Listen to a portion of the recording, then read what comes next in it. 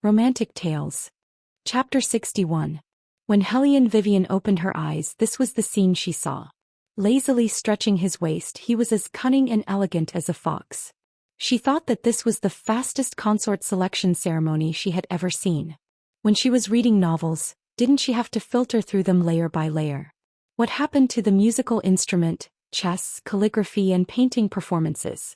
Why did the third prince decide on the Hellion Giaour after she slept? It seemed that the legendary #1 young master in the world didn't have good taste. She yawned as if it had nothing to do with her. Just as she was about to pack up and leave, she saw that everyone around her had their eyes wide open, as if they had seen a ghost.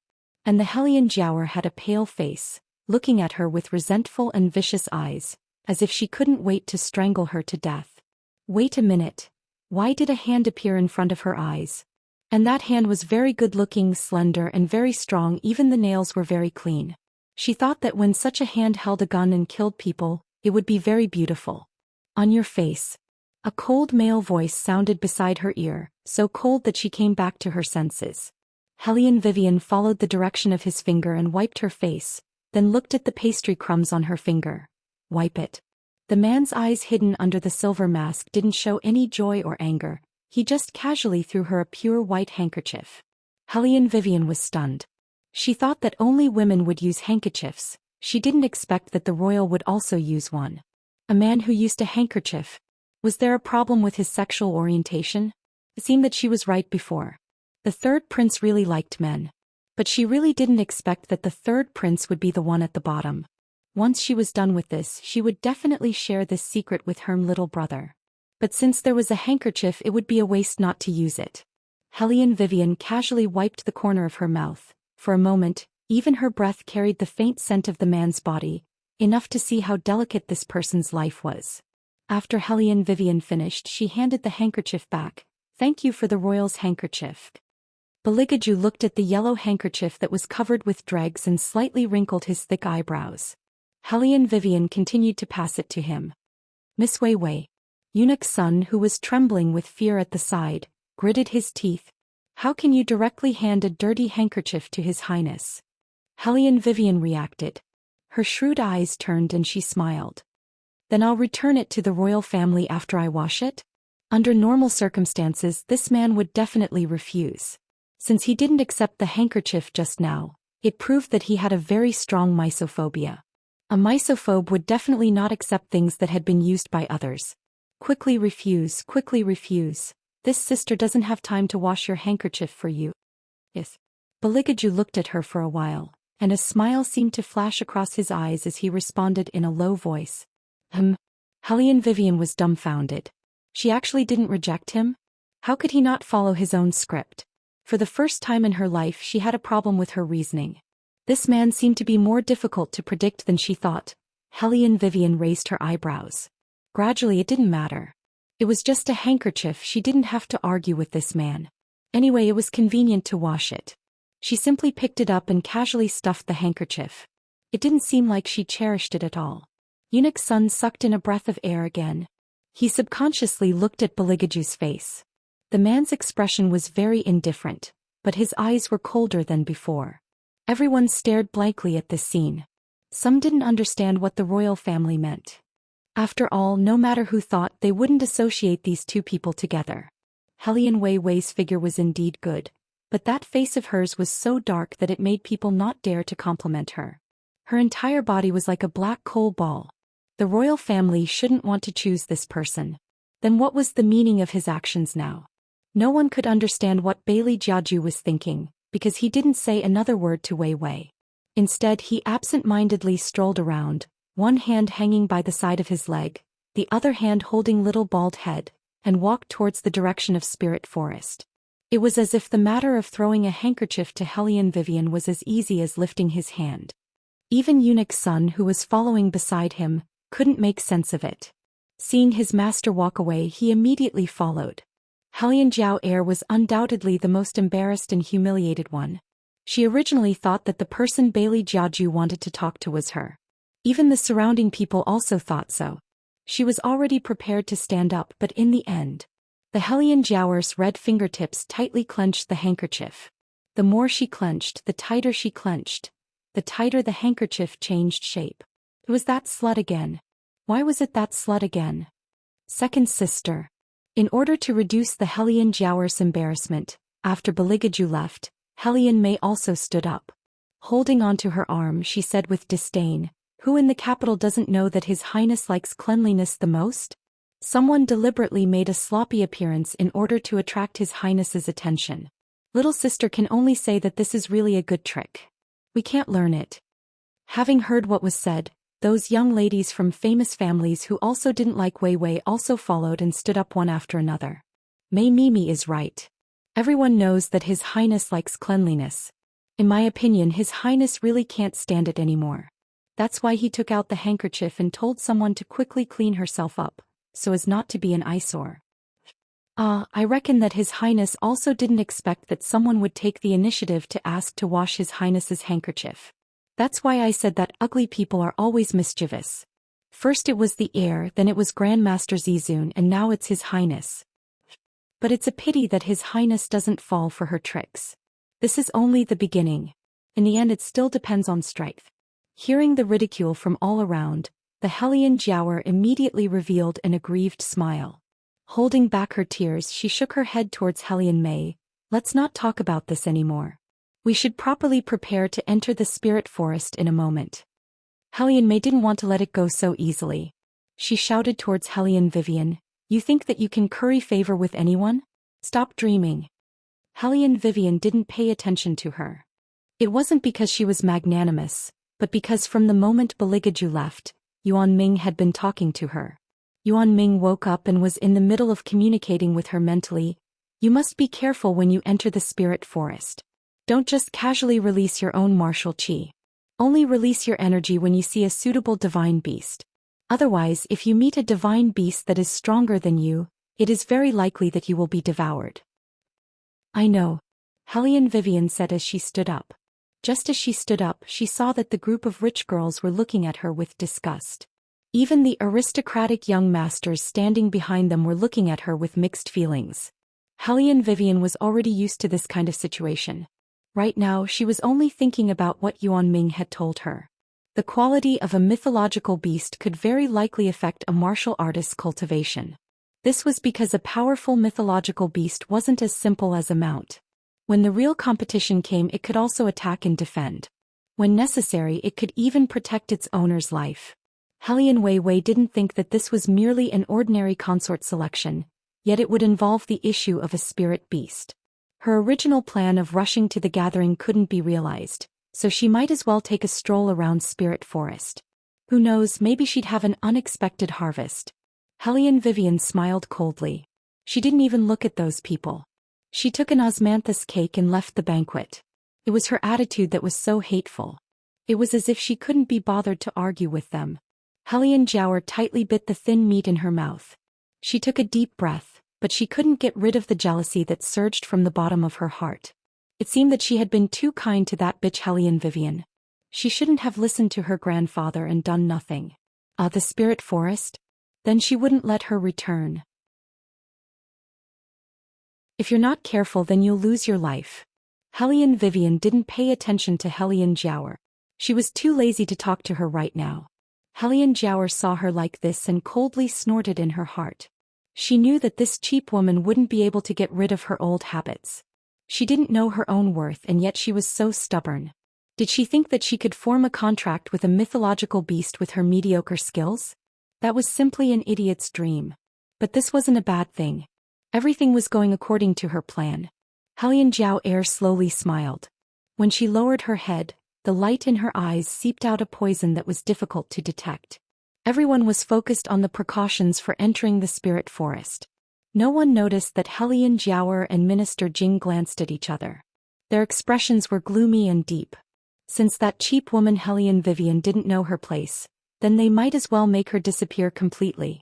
At dusk, a faint golden light leaped out from the eastern horizon, illuminating the entrance of the spirit forest. A large stretch of trees that reached the sky. The branches intertwined and the leaves were dense, sheltering the sun. The school's master once again warned the new students, "Don't go the wrong way. You must follow the instructions on the map and come out of the forest within the specified time. Regardless of whether or not you can form a contract with a mythological beast, you must obey. After saying this, the master distributed the map to everyone who was about to enter the spirit forest. Hellion Vivian held the paper between her fingers and immediately memorized the rough path. Originally she wanted to call Yuan Ming out to analyze the terrain. But she didn't know why, but since the appearance of Beligaju, Yuan Ming seemed to have no strength. Now he simply entered a state of hibernation. Hellion Vivian was more or less worried about him. She thought that when they came out of the spirit forest, she would go down the mountain and fight a few battles to make Yuan Ming more spirited. The new students had already begun to enter the spirit forest through the entrance. The third prince was also among them, but he was different from the others. He looked very lazy, as if he was taking a stroll in his own back garden. At the beginning, everyone was still walking together. But once they entered the spirit forest, they began to fend for themselves and scattered in all directions. Hellion Vivian followed the map in her hands. The deeper she went into the forest, the more she felt as if there was something calling out to her. The sound hit her heart. Come here, come here. She looked around but didn't find anything strange. But when she listened carefully, the sound was gone. Strange. Hellion Vivian took another step forward, but found that the path on the ground had disappeared. She didn't have time to retract her leg, and her whole body was sucked into a gust of wind. Chapter 63. Hellion Vivian looked at the place where she was. It was a shade of green grass and shrubs. Every plant seemed to be able to emit a faint green light. Right in front of her was a stream. When she fell, she just fell into the stream. Now her clothes were wet. When the cold wind blew, she couldn't help but sneeze a few times. There were some wet trees at the bottom of the cliff which couldn't make a fire at all. Hellion Vivian could only follow the current to the narrower direction of the downstream river. If she slept with such wet clothes tonight, it would be difficult not to catch a cold tomorrow. After walking for nearly an hour, Hellion Vivian found a leeward place. She picked up some dead leaves and branches and carefully looked for 2 pieces of flint. Finally, she set up a bonfire and sat down on the grass. Her current physical fitness was not as good as that of the 21st century. Her aptitude was too weak. After walking for a while, she felt tired. This was too unfavorable for a warrior. It seemed that when she practiced martial chi in the future, she had to strengthen some external exercises. While Hellion Wei Wei was thinking, she took off her outer and inner garments and hung them by the fire to dry. Her inner garments were quickly dried as the flames licked and licked. After resting for a while, Hellion Wei Wei walked around again. She didn't put out the fire that had been lit. In the forest, fire was more important than guns. Because fire could not only identify coordinates, but also drive away hungry wolves. Hellion Vivian was an ace agent. She was better at the jungle than anyone else. So soon she found that something was wrong here. She frowned. What the hell is this place? I can't get out of here. From the beginning she had been circling in the same place. Hellion Vivian intuitively felt that something was wrong. There was no one around and Yuan Xiaoming couldn't ask. Hellion Vivian simply took things as they came. She took a wooden branch, put a fish in the stream, removed the scales and roasted it on the fire. No matter what, one should never mistreat their own stomachs. Hellion Vivian licked her thin lips. When the fish was cooked, she plucked a few strawberries from her space. She crushed them and smeared the juice on the back of the fish. As the oil dripped down, it was accompanied by a sizzling sound. After a while, a fragrant aroma wafted out. Hellion Vivian smells the smell and plans to enter the space to see if there are any seasonings that can be used. When she comes out, the 3 fish become 2. What the hell? Where did the 3rd fish go? Don't tell her that the fish grew wings and flew away. If that happened, she would flip the table. Hellion Wei Wei's brows were furrowed when a rustling sound entered her ears. She looked sideways and saw a white wild cat staring at her by the fire. It raised its ears and looked at her alertly. There was a freshly roasted fish hanging on its paw. One person and one cat coldly looked at each other.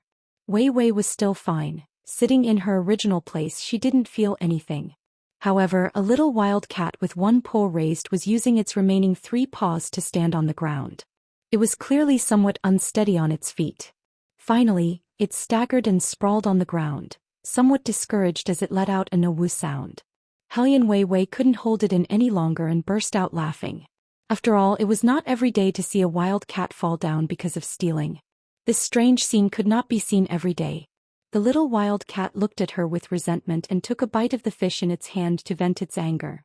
Hellion Vivian looked at it with a smile and did not stop it. The wild cat looked small and should not pose any threat. The little wild cat saw that its behavior was acquiesced. It quickly lowered its head and bit. It seemed that it had been hungry for a long time. The fish went into its stomach in an instant. Just when Wei Wei thought that it had eaten its fill and was about to leave, the wild cat's pointed little face unexpectedly scrunched up into a ball. It lifted its front paw, covered its throat and made a few sounds similar to coughing. When Hellion Wei Wei finally understood what happened, she started to hold her belly and laugh out loud in a very ungraceful manner. A stray cat stole a fish to eat and got a fishbone stuck in its throat. This kind of scene is probably hard to come by even once in 100 years. The little wild cat stared at the woman in front of it fiercely. Obviously, it was dissatisfied with her gloating behavior. Hellion Vivian looked at its sad face and waved at it with a smile. "Come here." The little wild cat seemed to understand human nature. It really walked to Hellion Vivian with its neck straightened. "Open your mouth." Hellion Vivian pinched its mouth with her hand and took out a silver knife from her sleeve. With the help of the fire, she carefully cut out the fish bone stuck in its throat. Hellion Vivian took the fish bone and shook it in front of its eyes. There was still bright red blood on it. She was ready to use the bloody facts to teach it a lesson. "You were stuck by this thing. Next time, remember not to." Before she finished her words, Hellion Vivian saw that the wild cat in front of her stared at the bloody fish bone in her hand. Its snow-white head shook a few times. Then, it tilted its head and fainted on the ground. Hellion Vivian was a little confused for a moment. Was this the legendary phobia of blood? Damn it! Please look like a wild cat. However, it was undeniable that the wild cat in front of her was extremely beautiful. The tip of its snow-white fur was shining with silver. There was no trace of other colors on its body. It was plump and not prickly, showing a faint noble aura. Such a fur should be worth a lot of money if it was peeled off. Hellion Vivian had some evil thoughts, but the hand that stroked its fur was exceptionally gentle. The warmth from the tip of her hand made her want to get closer. However, the moment she held it in her arms, a silver light suddenly appeared around the wild cat's body. A mist filled the air and wrapped around it. After the mist dispersed, Hellion Vivian's mind went blank for a moment. No one had ever reminded her that the animals here could turn into humans at will. Hellion Vivian's arms stiffened as she looked at the man in front of her. His thick eyelashes that were like crow's wings trembled slightly as he breathed. It was not difficult to imagine how his eyes would look when he opened them. However, Mainan finally opened his eyes. But first he looked at Hellion Vivian's posture.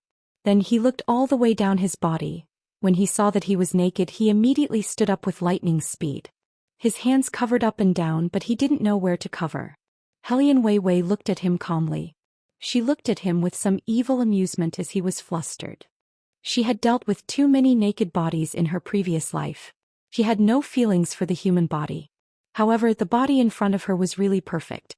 It had a slender waist and narrow buttocks. The only flaw was that it was a man. Mainan was anxious. When he turned around, he finally noticed Hellion Vivian's clothes hanging by the campfire. He hurriedly picked them up and tried to put them on. He didn't forget to whisper in a dangerous tone, "Close your eyes for me." A strange feeling flashed through its heart. Then it said in a cold and noble voice, "If it wasn't for the fact that our Whitefin clan is very particular about repaying kindness, do you think this king would let you take responsibility?" Whitefin clan. Hellion Vivian looked at the white cat with her arms crossed. The descendant of an ancient divine beast? The white cat gave a cold N sound as an answer. "Since you want to repay kindness, then do it."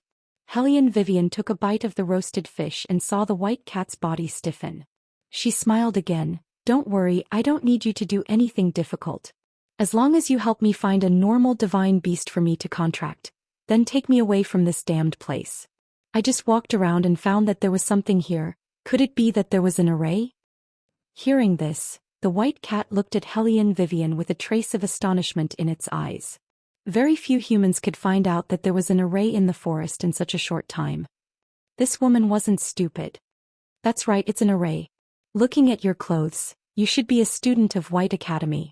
The white cat smiled coldly. If it wasn't for you, those low-level divine beasts wouldn't need to set up these arrays. Divine beasts are very repulsed by humans, but they pretended to be injured in the forest, then led the kind little divine beasts over and carried out a large-scale massacre, using the blood of the divine beasts to cultivate martial chi. Hellion Vivian frowned. There's such a thing? According to what she heard from Elder Huan before, although the relationship between divine beasts and humans was tamed, but for a long time, everyone got along with each other as guardians and protected. How could there be a massacre? You don't know? The white cat raised its whiskers. That is to say, someone is going against the wishes of your White Academy's dean. Hellion Vivian still wanted to say something. She saw that there were some unknown small animals around her. They were different from the animals she had seen before. The color of their fur was very bright and smooth, as if they could emit a faint luster. One look and she knew they weren't normal. But what were they doing? Mushrooms? Or poisonous? Crucian carp? And they were still jumping around alive? Hellion Vivian watched as the little divine beasts brought the things in front of her and then quickly ran away. She raised her beautiful phoenix eyes. For me? The little divine beasts nodded their little heads in unison. Hellion Vivian fiddled with those gifts that didn't belong to the scope of human food. Her lips curved into a smile. Thank you. Hearing that, the little divine beasts happily gathered into a group, chirping. The white cat stood among them indifferently and glanced at Hellion Vivian. Its expression seemed to be saying, "You humans even have the heart to hurt such a kind child. Simply despicable." Wei Wei was speechless. From what she knew, to tame a spirit beast, one had to find a wild beast similar to a fierce tiger to fight. Whoever won the fight would be the one to call the shots. After all, in this world only the strong survived. But using the kindness of the little divine beasts to hurt them. This was indeed a bit shameful. Hellion Vivian didn't have time to think before she was stunned. Because not far away, a huge black magical beast was standing in front of her. Its red eyes were drooling as it stared at her. Obviously, it was treating her as its dessert after dinner. Chapter 65. Roar dashed. The beast's roar soared into the sky, deafening everyone's ears. Hellion Vivian's expression changed. She wanted to turn around, but her legs seemed to be bound by some kind of power. No matter how she struggled, it was useless. Demonic beasts were the most ferocious beasts in the spirit forest. Their entire body was filled with poison. Unless it was a gold-ranked martial artist who dared to fight with it, the rest of the martial artists would become its food no matter how smart they were. The smell of a human so fragrant. The demonic beast's eyes were red and its fangs were exposed. It was like a mentally disabled person, and its mouth kept repeating the same sentence. This made Hellion Vivian's heart uneasy. Demonic beasts and divine beasts were different. Divine beasts were born with the ability to communicate. Demonic beasts, on the other hand, did not know how to speak until they reached the peak. Therefore her chances of dying were higher. Hellion Vivian gripped the dagger in her hand and began to condense the air around her. She was a martial artist that could manipulate wind. As long as there was wind, she would be able to use it. The demonic beast seemed to have sensed something. It was displeased that this skinny little human was trying to resist its bite, and heavily stomped its foot. Hellion Vivian's body was like a kite with a broken string and flew out. It was as if lightning had struck her body. Hellion Vivian only felt that her entire body was being torn apart. Her chest surged as she suddenly spat out a mouthful of black and red blood. The blood she spat out was not normal poisonous blood. It was the fusion of her inner force and true power, and the most poisonous blood in her body was also spat out. What a joke. She was the Queen of Arms and had hunted countless tigers. How could she be defeated in this kind of place? Hellion Wei Wei abruptly raised her chi. She didn't know which meridian she touched, but within her body, a mysterious, ancient and profound enormous power suddenly rolled up. She was shocked by this power until she could not breathe. Her heart inexplicably trembled and a trace of fear appeared in her heart. This was impossible for someone as proud as her. Because her body was no longer under her control, she stiffly fell to the ground. She couldn't even sense any information from the outside world. She only felt as if her body was about to be torn apart. The pain was like a sharp knife, ruthlessly cutting through every part of her body. The enormous energy that came out of nowhere was frantically wreaking havoc, flowing towards her dantian. Every time it rushed past, It would tear apart her perfectly fused true power and inner power by an inch. What was going on? Where did this strange energy come from? What was it going to do? She could feel the enormous power slowly corroding her inner strength. Two words suddenly appeared in Hellion Vivian's mind. Backlash. She didn't understand why this was the case. However, the current situation was absolutely critical. This power was powerful and domineering, and it was filled with an ancient aura. Very soon there would be a problem with her inner energy. If her inner energy was also completely devoured, then the next one in danger would be her. Thinking of this, Hellion Vivian smiled evilly like a demon. It wanted to devour her? He had to ask her if she agreed or not. Hellion Vivian clenched her fist, and immediately welcomed the strange energy. The two different powers were like two equally strong experts fighting against each other. Gradually, that strange energy actually merged with Hellion Vivian's inner strength. Even the fallen leaves around her seemed to have changed. Bang! A pillar-sized beam of light with a trace of destructive aura surged out like a thunderbolt. It exploded on the front limbs of the demonic beast that wanted to tear Hellion Vivian apart. Ayo! A painful roar resounded through the sky. The demonic beast retreated in pain. It didn't know what happened to Hellion Vivian's body, but that ancient aura made it not dare to take a step forward. It turned around and ran. Hellion Vivian also felt that her own power was different from before. She slowly retracted her palm, but the evil aura around her body didn't dissipate. She saw the white cat looking at her as if it was in disbelief. "You've advanced." "Maybe." Hellion Vivian moved her wrist. She felt that her change wasn't as simple as advancing. The white cat looked at her with deep eyes. "You can go and kill that demonic beast just now. For warriors like you, the demonic beast's inner core is a great supplement." With its reminder, Hellion Vivian remembered that Yuan Ming wanted her to eat a demonic beast's inner core. Now that Yuan Ming had fallen into a deep sleep, maybe eating a demonic beast's inner core could wake him up. Of course, this was Hellion Vivian's guess. However, Hellion Vivian had always been a person who did things quickly. Since the demonic beast's inner core was beneficial to her, she might as well take it first. Thinking of this, Hellion Vivian immediately jumped and chased in the direction where the demonic beast disappeared. The white cat didn't have any intention of staying here alone. With a kick of its claws, it jumped onto Hellion Vivian's shoulder. One person and one cat cooperated with each other very well. They were both excited to be able to kill a demonic beast. But what they didn't expect was that the demonic beast would meet another person who had just arrived. The demonic beast seemed to be irritated by the continuous appearance of humans. In addition, it had just suffered from Hellion Vivian's attack, so it didn't find any human pleasing to the eye. It didn't have the mood to play games anymore, only full of hunger. The demonic beast opened its mouth at the man who had suddenly appeared, and a louder thunder than before sounded in the sky above the forest. The man lazily looked at the demonic beast in front of him. The sun shone on his pure white clothes and long black hair, giving him a kind of ascetic beauty. His voice was cold, without a trace of warmth. "Move aside." Perhaps it was because the man had been in a position of power for too long that even his words had a commanding tone. This made the demonic beast very unhappy. What the hell? Usually when humans saw it, they would bow down in fear of angering it. But today it met two people, one was more fearless than the other. Roar. The demonic beast raised its head and roared.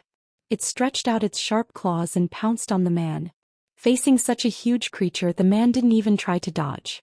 With a pair of deep, calm eyes, he slowly raised his slender and fair right hand. His ivory white fingers bent, and a golden and red light slowly seeped out, gradually enveloping his entire right hand. The demonic beast immediately felt that something was wrong. Its whole body trembled as it looked at this scene in horror. It quickly retreated, its eyes full of fear. It knew that it couldn't afford to offend this person. It wasn't because of how smart he was. It was because it didn't see the shadow standing behind the man. It was actually the Fire Qilin, the king of beasts, the Fire Qilin, who had such great power to be able to use the Fire Qilin for him. The demonic beast felt an unprecedented regret. If only it had moved aside when the man asked it to. Now how could it escape the Fire Qilin's pursuit? Roar. Another earth-shattering roar sounded. But this time it was much more miserable and vexed than before. With a flash of fire, there was no longer a trace of the demonic beast on the ground. All the beasts in the spirit forest were panicked by this roar.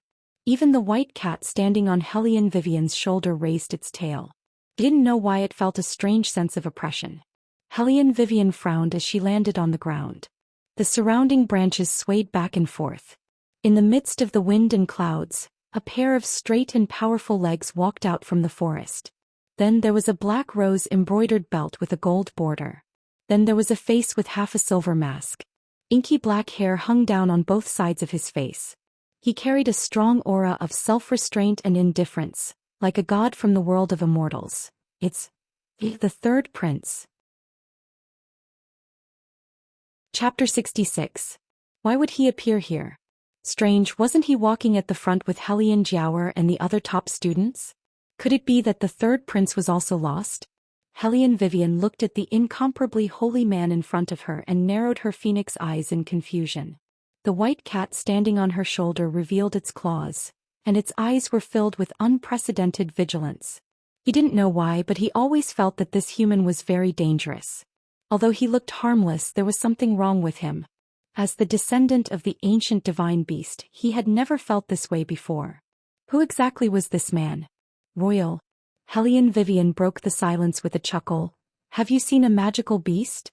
No matter why he appeared here, the key was to get the magic core. Beligaju faintly nodded. Hellion Vivian's eyes lit up. Then where is it now? I didn't have time to see. Bailey Jiaju unhurriedly opened his mouth. The tone of his voice was indolent and apathetic. When he started to lie, he didn't blush at all, his heart didn't skip a beat, so much so that it gave people a kind of lofty elegance. You should know that I don't have an ounce of chi on my body. When I see magical beasts, I naturally have to hide. Hellion Vivian. Well, it was all because the pressure from a certain highness was too strong. She had forgotten that he had lost all his martial chi. However, I thought that was a rumor. Hellion Vivian shrewdly probed. Beligage's expression did not change as he stretched out his left hand and channeled his inner force, but it was a cloud of white mist. This proved that he indeed did not have any martial chi. Because even if it was Hellion Vivian when she was channeling her energy, the surrounding air would change. As for him, he couldn't summon the slightest bit of wind. Are you deliberately trying to see my incompetence? The corner of Beligage's mouth was half raised, and no one could hear the joy or anger in his voice. Hellion Vivian knew what it felt like to be treated as trash. She said apologetically, I didn't mean that. Beligage didn't say anything. Hellion Vivian didn't know if he was holding a grudge against her, so she decided to leave and continue chasing after the magical beast. You're leaving just like that? The graceful and luxurious voice sounded again. Beligaju looked at her like a piece of jade. What should I do? What did the third prince mean by that? What did he mean by what should he do? Bailey Jiaju absent-mindedly strolled over, that handsome face wearing a silver mask as he gradually approached, unexpectedly had a kind of indescribable familiarity. You also said that there are magical beasts roaming around here. I also don't know martial chi. You just intend to leave me here like this and not care about anything else? What else could he do? What else did she want to do? Hellion Vivian blinked in confusion. Beligaju only gave her 2 words. Protect the Emperor. Hellion Vivian. You're a big man, can you not say that you want someone to protect you so naturally?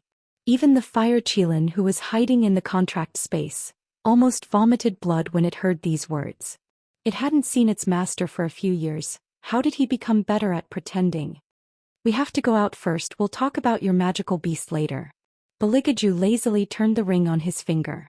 It seemed that no matter what, this man was always so pleasing to the eye. Very good. A certain highness had already decided on her next itinerary. He really didn't give her any chance to say no. However, why would she do something that didn't benefit her?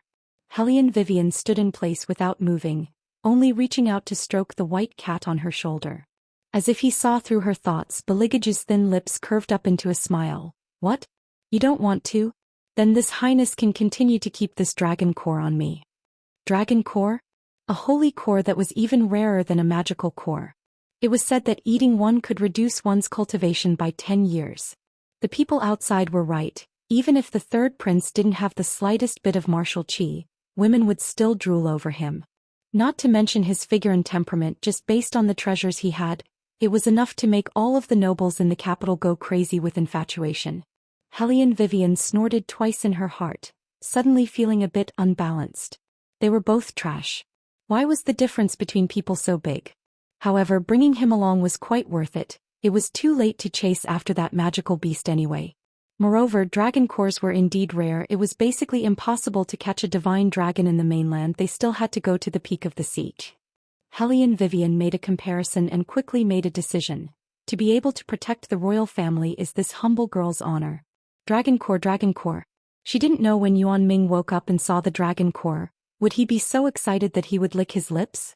Bailey Jiaju didn't expose her little scheme. His always thin lips slightly curved upwards. After that, his gaze fell on her shoulder.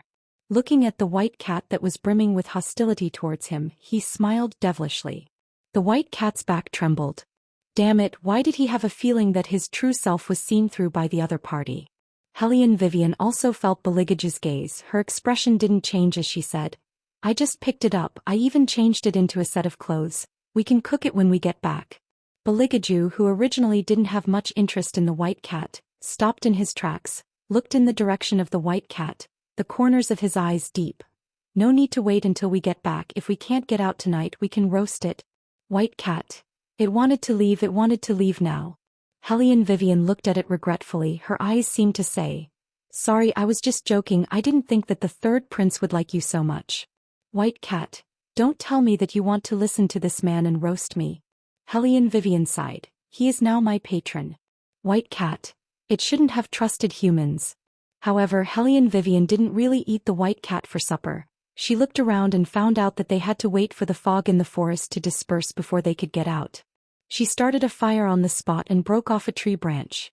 She planned to hunt a rabbit and bring it back to eat. The weather in the forest was unpredictable. She didn't know when the fog would disperse, so not being hungry was her goal. She didn't bother to call out to Beligaju anyway, letting him sit by the fire. Nothing would happen. That magical beast just left. It shouldn't be back so soon. No matter how smart Hellion Vivian was, she didn't know that the magical beast she was longing for had already been crushed by Beligaju, who claimed to have no martial chi, and fed to his pet, Fire Qilin. When Bailey Jiaju was the only one left by the bonfire, Fire Qilin's satisfied voice slowly transmitted over from the contract space. Its tone was low and deep, revealing a bit of charm. A single man and a single woman together. Master, are you planning to make a move on that woman? Chapter 67. Beligaju's porcelain-like fingers paused as he glanced at it. Even if there's food, it won't be able to shut your mouth. Master, we haven't seen each other in so many years. As soon as you summoned me, you had me come to Spirit Forest. You even wasted a dragon core in exchange for the protection of a woman. Don't tell me you don't have any thoughts about her. The Fire Qilin's evil tone always made people think of elegance. Beligaju played with the jade thumb ring on his index finger as he smiled evilly. Before hunting, I have to give her some benefits. But this doesn't seem like your personality.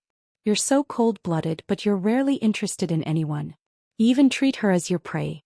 The Fire Qilin raised its eyebrows. I thought that only an ancient divine beast like me would be able to make you take a second look.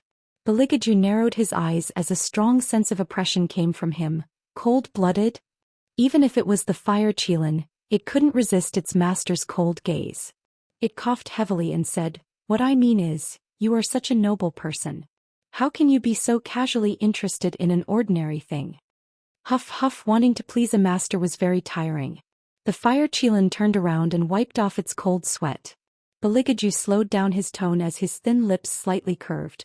A person who dares to use 10 taels of silver to buy an ordinary object of mine. Do you think I shouldn't be interested? Using 10 taels of silver to buy master. The Fire Qilin was shocked as it almost choked on the bone in its mouth. Cough cough, where did this woman come from? She actually didn't know the difference between life and death. No wonder its master could pretend to be so abnormal. There was a reason behind it. In the time it wasn't here, such a fun thing had actually happened. It really didn't dare to believe it. Moreover, master, you just recognized the white cat that was following that woman. The Fire Qilin dutifully reminded him. Beligaju's eyes were indifferent as if he didn't care about the other party. Bai Zai's descendant has the bloodline of an ancient divine beast. The only prince of the cat clan. It's probably because it was injured and its strength was greatly reduced that it revealed its original form and turned into a stupid cat. The white cat, achoo. Ugh. Hellion Vivian glanced at it. Please, can you behave like a cat? Cats don't sneeze like this. Someone must be missing me. The white cat had an arrogant expression. You have to know that my disappearance will cause panic in the entire Whitefin clan. Chua. Hellion Vivian moved the branch in her hand and lifted up the white rabbit. She looked at the white cat standing on the rock and said coldly, maybe someone is scolding you. The white cat remained silent. On the other side, the fire Qilin shook its head and continued, there seems to be signs of a contract between them. I really didn't expect that a woman could actually make the descendants of Bai Zhe completely let down their guard against her. You have to know that they are the most cunning race. Also, my honorable master, you are wrong. In this world I am the only divine beast with the ancient bloodline.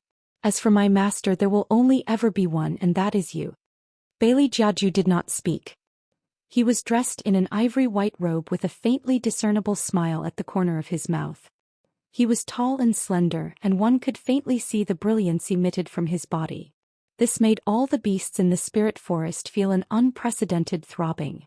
The feeling of submission to the strong that seeped out from the blood made them feel shocked. They didn't know what had happened, but they could feel that a king-like figure had come to the forest. However, as a human, Hellion Vivian didn't have this kind of understanding. Seeing that the rabbits were about done, she returned to the bonfire. Beligaju looked at Hellion Vivian, who was about to lie down next to him, and his thick eyebrows that had just relaxed wrinkled again. How do I sleep? Just sleep like this. When Hellion Vivian used to do missions, she would often hide in the forest for several days, so she had long been used to it.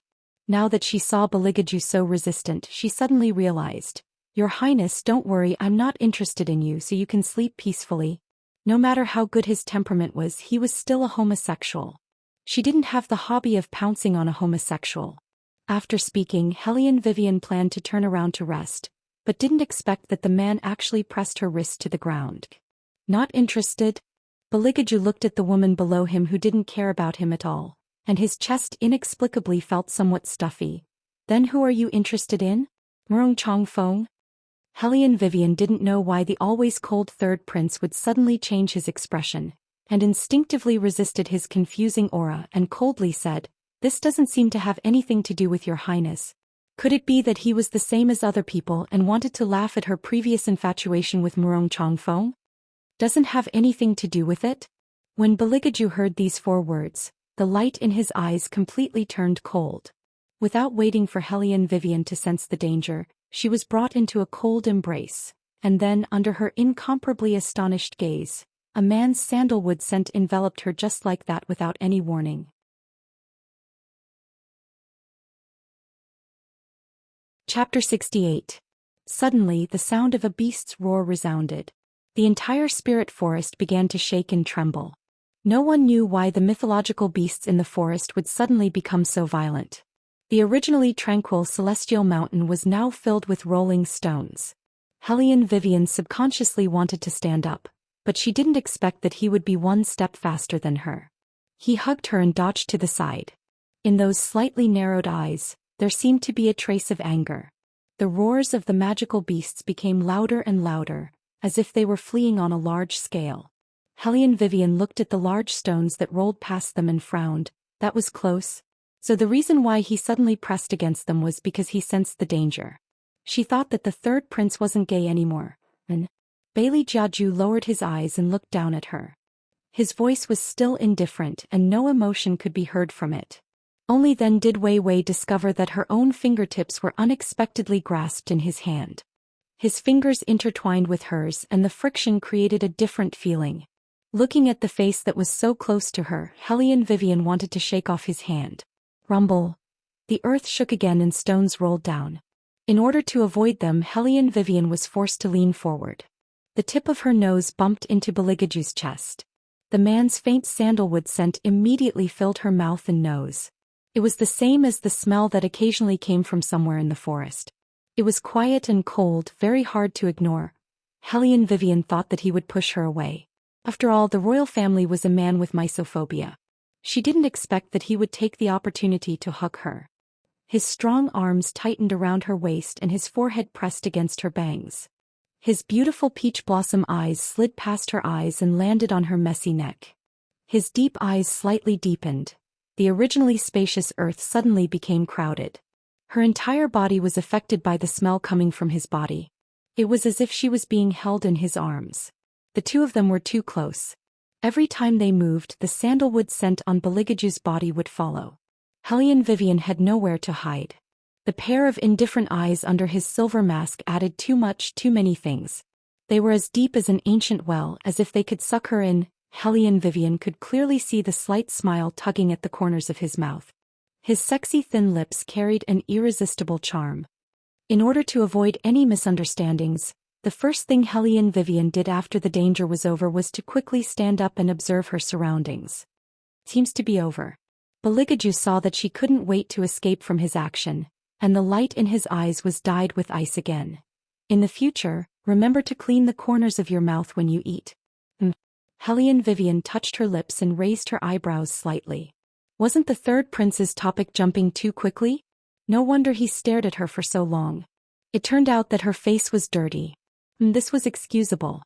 Hellion Vivian knew that there were a few symptoms of mysophobia. Staring at dirty things was one of them.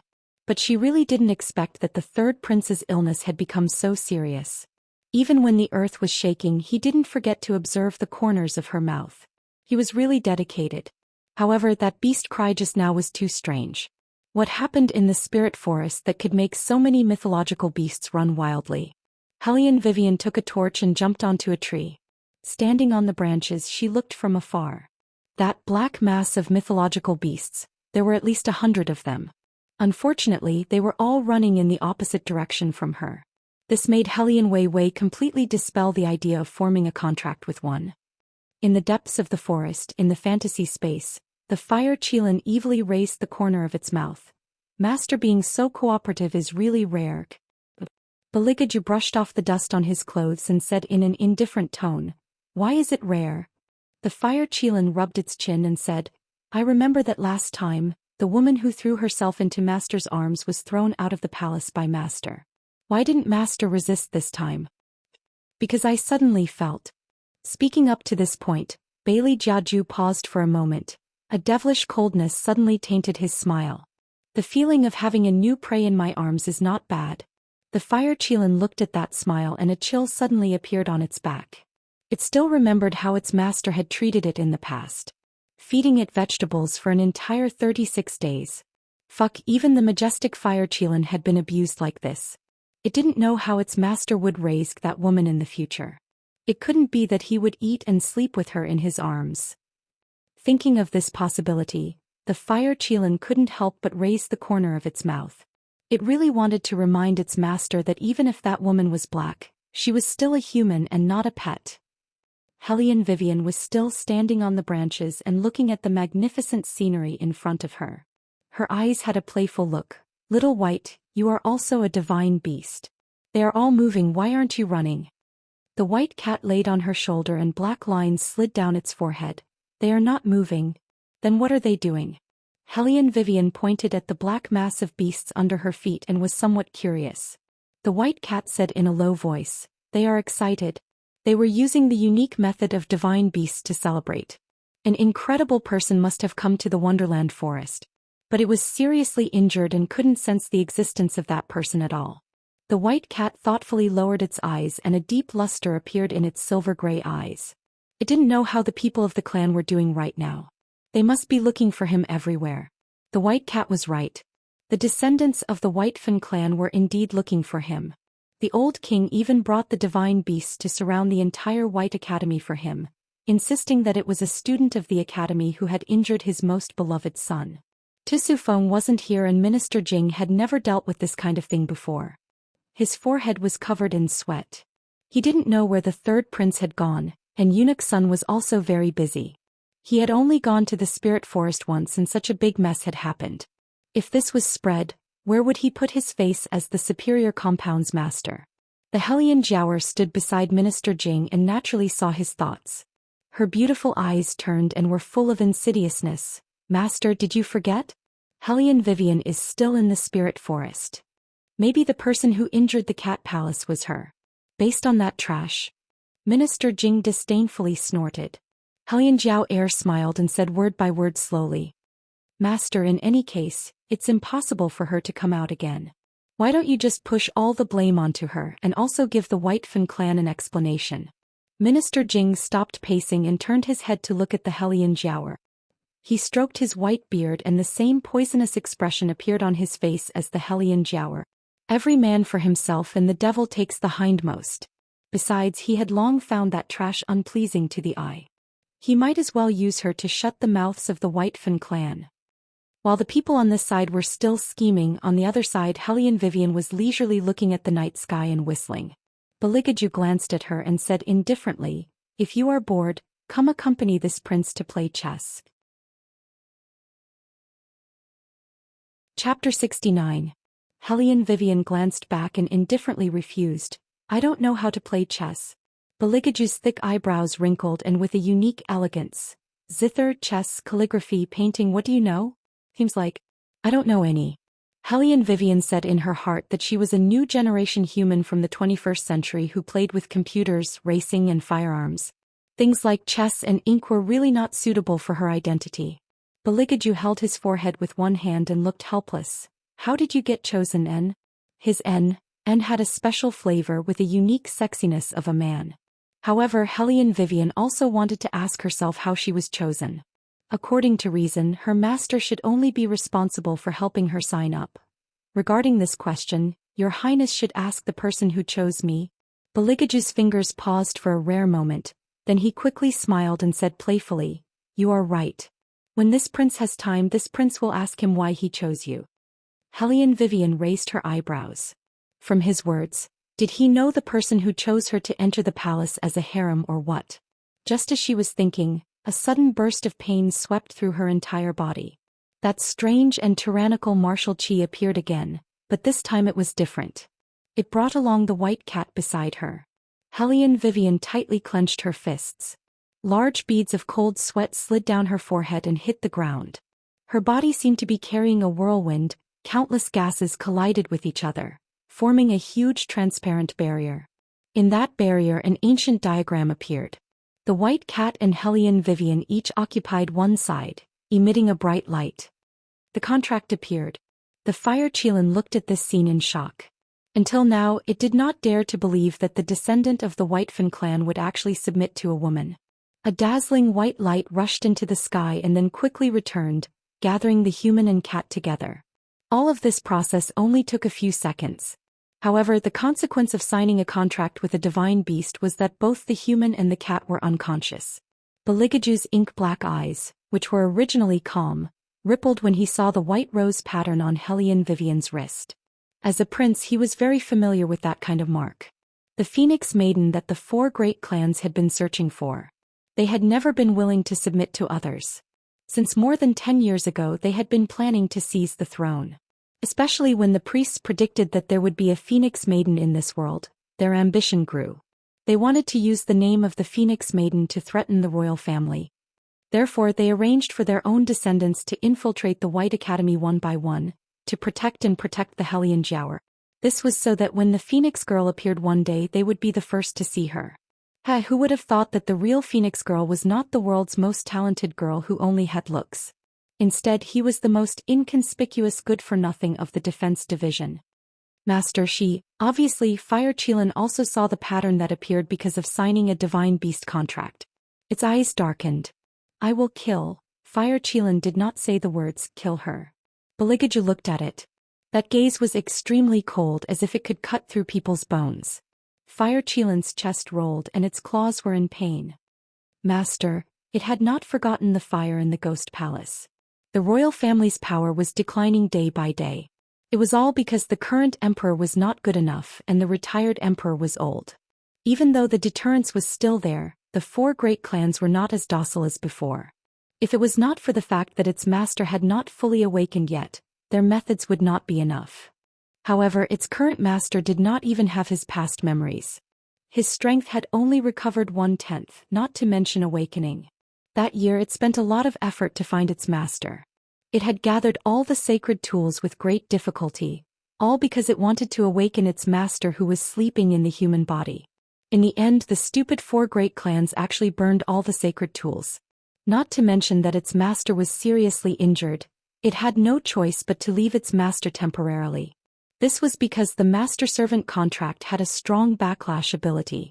Once the contractor's strength was lower than that of a divine beast, they would suffer an extremely strong backlash. Generally, the master who signed a master-servant contract with a divine beast would be stronger than the divine beast. Otherwise, they would not be able to resist the backlash from the contract. This was a principle that only divine beasts like them knew. That was why it left at that time. It was so that its master could survive and slowly recover. No one knew how excited it was when it was summoned by its master again. Because that would mean that the real master would awaken soon. Although the woman in front of it did not show any danger, no one could guarantee that she would not be used by the 4 great clans in the future. It did not believe in the ridiculous divination of humans, but it would not allow anyone to hinder its master's awakening in any way. Qilin, I will say it again. She's my prey. As if it saw through Fire Qilin's thoughts, Beligaju's cold demonic voice sounded again. There was no longer the holy indifference in front of people. Instead, it was replaced by an oppressive aura that made even divine beasts tremble. Fire Qilin was the leader of divine beast. Once it recognized its master, it could only obey. What's more, if it was not for its master, it would not exist. Yes. Fire Qilin lowered its head and glanced at the direction of the human and cat. They also signed a master-servant contract. Master, it seems that the legendary good-for-nothing is not a good-for-nothing. However, this was not good news for that woman. That's right, when humans subdued divine beasts, they would sign a contract with them. However, most of the time they would only sign ordinary contracts. The master could command the divine beast, but the divine beast could not resist the master. If one wanted to sign this contract, they could do it when the divine beast was not paying attention. But the master-servant contract was not that simple. It was half dangerous. Unless the master had unpredictable martial qi, no one could subdue the cat race descendant of Baizhe. But it did not feel that this woman had much martial qi. Could it be that there was some kind of enormous power sealed in her body? But even if there was something sealed in her body, she could not just sign the master-servant contract so recklessly. Because she could very possibly be devoured by the power of the descendant of Baizhe. Now she was in an extremely dangerous situation. If she did not have a way to resist that power, then she would lose her life here today. Fire Qilin's eyes sank. It seemed that it did not need to worry that this woman would affect its master in the future. Because today it was very likely that she would not wake up again. Even if she woke up, all of her intelligence would be devoured and she would become a complete fool. Chapter 70. Just as the Fire Qilin finished this thought, it saw the unconscious Hellion Vivian suddenly frown. Her body trembled slightly as if she was in great pain. However, what it didn't expect was that its honorable master actually walked over with a cold expression. Without saying a word, he flipped his palm and grabbed Hellion Vivian's wrist. He inhaled and exhaled true qi and sent it into her body. The Fire Qilin's expression changed slightly, but it didn't say anything. Just now, its master's meaning was very clear. She was his prey, so her life and death were up to him. The gale gradually subsided. Beligaju's indifferent side profile was still perfect, but his eyes were flickering. 2 forces? He knew that the restless force belonged to the White Fan clan. But what about the other force? It was so simple and huge. It was indescribably familiar. Beligaju carefully looked at the face of the woman in front of him. The depth in his eyes slowly rotated. However, in the next moment, this depth suddenly disappeared where his gaze landed. Gradually it became meaningful. Hellion Vivian's entire body was soaked in sweat because of the pain. Somewhere on her chin, a small, almost invisible joint was exposed. It was completely different from her usual skin color. It was so white that it made people wonder if they were seeing things. Beligaju stared at her chin and slowly extended his slender fingers. The first thing he touched was her lips. Warm, soft, and the touch was better than he had imagined. It turned out that not all women could make him feel disgusted. Beligaju's deep eyes paused for a moment. His ivory-like fingertips slowly moved down, slowly cruising around her jaw. After his fingers touched that joint, Beligaju stared at Hellion Vivian even more deeply. Ripples of light flowed and his fingers moved slightly. The jet black color followed his movements and gradually faded away. A stunningly beautiful face appeared in front of him just like that. The moonlight gently shone on her face. Her jet black eyelashes were as thick as a crow's wings. Her delicate nose was straight, and her lips were red without any makeup. Without the contrast of her bright phoenix eyes, she still made people feel that she was dazzling. She seemed to be enduring the pain of being slightly drunk. Her eyebrows were slightly knitted, but she was more beautiful and mysterious than any woman he had ever seen. Looking at her, Baligaju didn't feel any discomfort. His mind naturally overlapped this face with those eyes that were sometimes smiling, sometimes angry, and sometimes angry. It was her. This was the real her. Only she dared to pinch his chin and say that he was unsatisfactory. It seemed that this little thing who didn't admit defeat was full of secrets. In the past he had enough patience to hunt her down, so he didn't mind this. But now, for the first time, Baligaju felt that being beautiful wasn't a good thing. This kind of face should attract more covetous eyes. Baligaju's eyes deepened. He didn't know what method he used, but his fingertips moved left and right. Hellion Vivian's face turned even darker than before. Fire Qilin didn't have time to recover from the shock just now. It was confused by its master's actions. Master, don't you think that it would be better to keep a better-looking pet by your side? Now that it had turned into a black coal ball, it wasn't very beautiful. Fire Qilin regretfully shook its head. Baligaju didn't say anything. His expression carried a bit of satisfaction. At this time, Hellion Vivian was struggling to fuse the power in her body. With the experience of the first fusion, this time she took advantage of the fact that the ancient power was fading away and swallowed it all in one breath. Soon the fusion was complete. The pain in her body and the poison from the magical beast dissipated like smoke at this moment. Hellion Vivian was overjoyed. She was about to carefully check her martial chi. Suddenly she felt an itch on her face. After the contract was completed, her external senses finally returned. As an ace agent, before she even opened her eyes, she instinctively threw a punch at him. This punch was also the most dangerous because this was an instinct that she had trained for many years. It was obviously a fight to the death. No one had ever been able to escape unscathed after injuring her, unless she didn't have the strength to fight back. However, what she didn't expect was that her punch with all her strength was like hitting cotton. It was soft and there was no reaction. What was going on? This wasn't right. Hellion Vivian was full of suspicion. She suddenly opened her eyes. When she saw the noble person in front of her, she realized that she wasn't on a mission, but in an ancient forest. Only, wasn't the third prince's posture a bit too strange? Could it be that there was something dirty on her face that he didn't like? Hellion Vivian subconsciously became alert. Your Highness, why are you so close? Baligaju was as indifferent as before. Of course I'm looking at you. If he wasn't looking at something dirty, then he was looking at her? Hellion Vivian was immediately struck by lightning. What are you looking at me for? I'm not that good looking. What was there to look at with such a black face? Wait, he couldn't have discovered something, right? Hellion Vivian suddenly froze. A bolt of lightning struck her from the top of her head to the soles of her feet. She didn't care about etiquette anymore. She immediately turned the dagger in her hand towards the fire, using the blade as a mirror. Good. Her face was still black. But was it just her imagination? Why did she feel that she was even darker than when she entered the spirit forest? Hellion Wei silently twitched the corner of her mouth. She wholeheartedly thought about making more facial masks in the future to recuperate, so she didn't notice that behind her, Bailey Dongbing's playful arc, although very faint and very quick, was truly there. The Fire Qilin saw all of this and silently mourned for a certain woman. It never knew that its master liked dark-skinned women. It seemed that those ministers who sent women to the palace wouldn't have any effect. In this world, there really wasn't a second woman darker than Hellion Vivian. Can you put down the dagger in your hand first? When the white cat woke up, the first thing it thought was that Hellion Wei was going to commit suicide by cutting her veins. When it wanted to say a second sentence, it suddenly discovered something. Its eyes suddenly widened as it muttered in disbelief. You actually really made a contract with me. I thought you wouldn't succeed. Contract? Hellion Vivian's eyes flashed. After connecting the dots, she seemed to have understood something.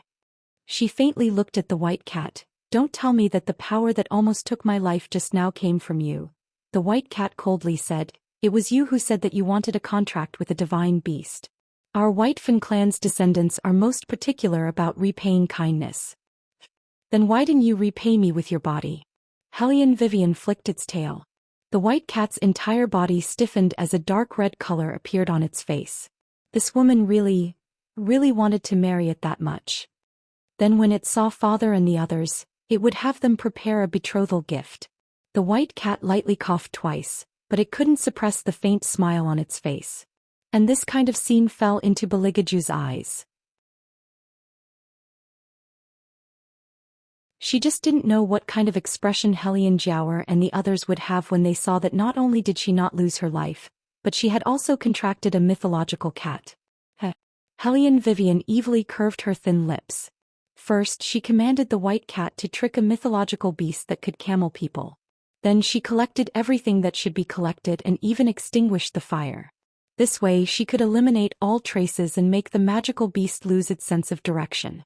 After a short moment the white cat returned and behind it was a black winged horse. It was different from a normal war horse. The black winged horse had a pair of beautiful black wings, and its entire body was black. It was like the Devil's Mount in comics. Not only could it gallop on the ground, but it could also fly in the sky. But the white cat didn't know why, but the black winged horse seemed a little strange today. When it asked, it didn't say anything.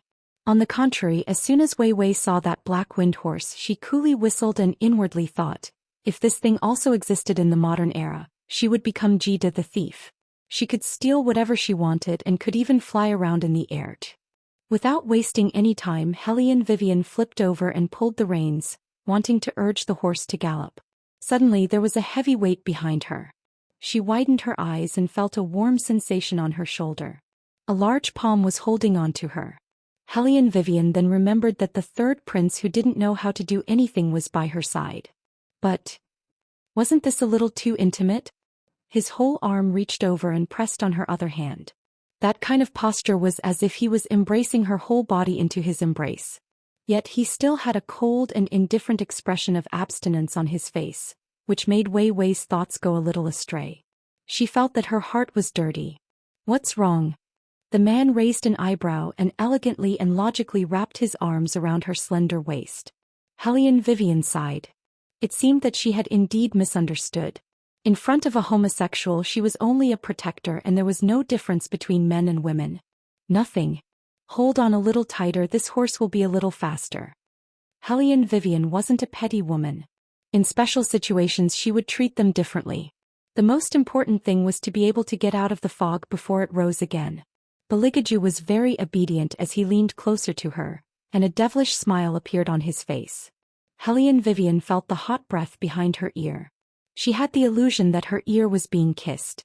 She shook her head and with a wave of her whip she brought the cat and the human out of the fog. Although there were a lot of magical beasts in the spirit forest, those in the outskirts were all low-level magical beasts. There were very few magical beasts with spiritual intelligence. Even if there were high-level magical beasts, there were only a few that were blessed with spiritual intelligence. So they often relied on their intuition and wouldn't take the initiative to attack those that were stronger than them. Thus, Hellion Vivian didn't encounter any difficulties along the way. At this time, the fire Qilin had already listened to Beligaju's instructions and once again went into hiding. When it was summoned, it would naturally appear. Because if it returned to Beligaju's side now, not only would it not be of any help, it was very likely that it would once again attract the attention of the four great clans, thus alerting the enemy. Especially since Beligaju didn't intend to reveal himself so quickly. After all, he had another identity in White Academy as a new student of the inferior compound.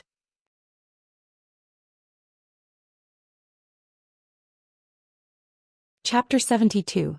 You still haven't found the master? Eunuch Sun was about to go crazy. He grabbed a scout and asked with a sharp voice. He hadn't rested for an entire night, so his eyes were bloodshot. Minister Jing, who had just finished negotiating with the Whitefin clan, came over and tried to comfort him. Eunuch Sun, don't worry. The third prince will be fine. I have already sent the most outstanding students of the academy to find him. We will receive the news after daybreak. How can I be at ease?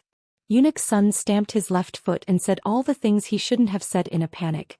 The master's body doesn't have the slightest bit of martial qi. He disappeared in the spirit forest just like that. How many magical beasts are there? It's already been a night. If we still don't find the master. He really didn't dare to imagine what would happen. We will definitely find him. Eunuch's son, don't worry.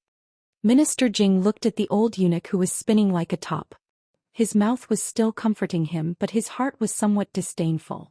So the rumors were true. The third prince, who was once known as the #1 young master under heaven. He couldn't be compared to before. A prince who didn't even have martial qi. No matter how powerful he was in the past, he was now nothing more than a waste. It was said that even the fire Qilin had abandoned him and hid in the deep mountains. If there was a chance, he really should talk to the air and let him go to Kunlun Mountain. Maybe he could contract the fire Qilin back. Minister Jing's wishful thinking was just in time. Suddenly, he heard the sound of a horse's hooves coming from a distance. A graceful, pure black shadow with a strength that seemed to be able to crush all the dust in its path opened its wings and descended from the sky. It stood straight in front of him. Even the experienced and knowledgeable Superior Institute elder couldn't help but be shocked by this scene. It was the most difficult to catch divine beast in the spirit forest, the black wind horse. How could it appear here? And the person riding it? Minister Jing's gaze moved up. When it fell on the small face with a bit of a ruffian, his pupils suddenly tightened. Hellion Vivian. She was actually still alive. Minister Jing's whole body shook and he abruptly took a large step back. Back then, he had chosen to join forces with his disciple and participate in this plan because he believed that Hellion Vivian would definitely not be able to walk out alive. Because that map's final destination was a forbidden area in the spirit forest that no one dared to enter. Not only were there man-eating magical beasts there was even a fog that didn't disperse all year round. Even if it was a third-year student from the superior compound, they wouldn't be able to escape if they were trapped there. What's more, he was a good-for-nothing who didn't know anything.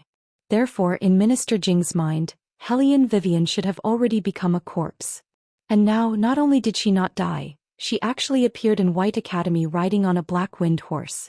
This made Minister Jing, in addition to being astonished, feel a strong sense of guilt. Because he was too guilty, Minister Jing didn't even see the person behind her clearly. He dragged a small servant over and told him to go find Hellion Jiaoer. Since Hellion Vivian was still alive, then he would make full use of her and let the White Fan clan bring her back to be dealt with. So that if there were any changes in the future, the matter of him abusing his authority for personal gain would be exposed. Master Jing seems to be very surprised to see me appear here. Hellion Vivian nimbly flipped down from the horse and stood beside the black wind horse. She stroked the horse's head with one hand, and the corners of her mouth held a devilish smile. It was that kind of smile that made Minister Jing lose all confidence. He was even more determined to push Hellion Vivian out to block the muzzle of the gun. But following Hellion Vivian's movements, the other figure on the horse's back made him feel an indescribable tremble. Was it the third prince? How could the two of them be together? Eunuch's son also saw Beligaju. His old eyes were brimming with tears as he pounced over. Master, you finally returned. You really made this old servant worried to death. Beligaju's eyes didn't have the slightest ripple. He only sat on the horse's back and raised his eyebrows. The seventh prince, who wasn't even 5 years old, strode over with his small and thick legs. Eating a meat bun, he looked up. Brother, how did the two of you get together? What the seventh prince said is right. Minister Jing interrupted with a face full of worry. His words misinterpreted little bald head's meaning. Your Highness should find an outstanding student to accompany you. This way your safety can be guaranteed. If something were to happen to you, this old man would be worried to death. Fortunately, you both came out safely. As he spoke, he looked towards Hellion Vivian. Was it this black wind horse that brought you out? It seems that you haven't contracted with it yet. How could it be willing to carry you? Minister Jing could be considered as a senior who had stayed at White Academy for many years. He was very clear that these mythological beasts that lived in Spirit Forest were much more arrogant than magical beasts. As long as it wasn't a contracted person, they wouldn't allow anyone with strong martial qi to be ridden. Hellion Vivian shrugged her shoulders and turned to look at Beligaju. Her meaning was to say, you're so smart, I'll leave it to you to deal with. Bailey Jiaju received her gaze and looked down at Jing Wu Wang, who was standing below the horse. His pair of deep eyes were like waves of light, faintly cold and alienation mixed within. It seemed that at any time he could emit an astonishing martial qi. Being looked at like this, Minister Jing's heart inexplicably trembled. Looking at Beligaju again, he saw that his thin lips were still pale. Although his black eyes were deep, no matter how he looked at it, he still had the appearance of someone who had been seriously injured. Minister Jing frowned and shook his head. He had seen wrongly just now, absolutely wrongly. Although everyone wanted to get the third prince's guidance, no one could change the fact that the third prince was already crippled. How could a crippled person have an aura that made him, a middle-stage golden-class person, tremble in fear? It must be because the third prince had been in a high position for too long. Just like yesterday when he saw him for the first time, he also felt a chill run down his back. Minister Jing was thinking this in his heart when he suddenly heard Beligaju's indifferent voice open his mouth. In that voice, there was a trace of a demonically cold smile. Since the great master wants to meddle in this prince's affairs, this prince can say a few words in front of Imperial Grandfather on your behalf. He will let you enter the palace and cleanse your body, then you can replace Eunuch Sun's position. In other words, that part of your body will be destroyed and you will become a eunuch. Hearing this, Minister Jing's forehead suddenly broke out in a cold sweat. Hellion Vivian looked at his pale face and couldn't help but look at Beligaju again. He had to say the third prince was really bad enough. 4 caddies to 1,000 tails, hitting the snake where it hurts. With just a few words he was able to block Minister Jing until he was on tenterhooks, sending him into the palace to replace Eunuch Sun's position and so on. He was simply black-bellied to the extreme. No wonder, even though he had lost his martial chi, no one dared to be disrespectful to him. Because from beginning to end, the sense of danger that this man brought made everyone not dare to lower their guard. If he still had that amazing martial chi like before, the current power structure of the War Dragon dynasty would not be like this. However, the third prince was really smart. He knew that she didn't want people to know what happened to her in the spirit forest, so he didn't mention a single word. It seems that Great Master Jing doesn't have any more questions. Then I will leave first. Hellion Vivian indifferently swept a glance at Minister Jing, whose face had turned green. Just as she was about to leave, she was blocked by a group of guards who had appeared out of nowhere.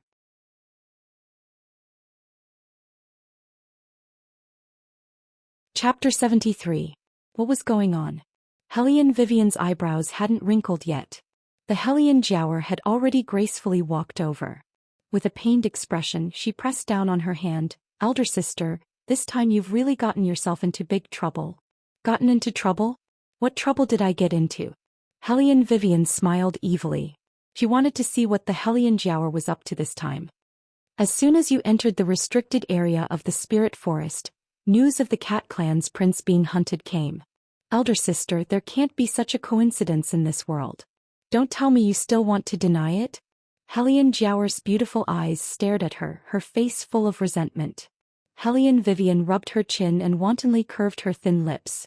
You mean to say that the one who hunted down the Cat Clan's prince was me? If it wasn't you, who else could it be? Hellion May also walked over and used a look of great guilt to stare at her. We all followed the team and returned the way we came. What about you? Only you didn't know where you went. Elder sister, I used to think that you were shameless, but I didn't expect you to have such a vicious heart. Hellion Vivian was just about to open her mouth to speak. Hellion Vivian, things have already reached this point and you still want to quibble. If it's really like what they said, then no matter who your master is, you shouldn't take any chances. The White Fin clan has already come knocking on our door. Even if this old man wants to protect you, it's useless. Minister Jing flicked his sleeves and angrily interrupted her. Do you know what kind of crime you've committed? It's a capital crime. Having heard what was said, Wei Wei thoughtfully glanced at Jing Wu Wang.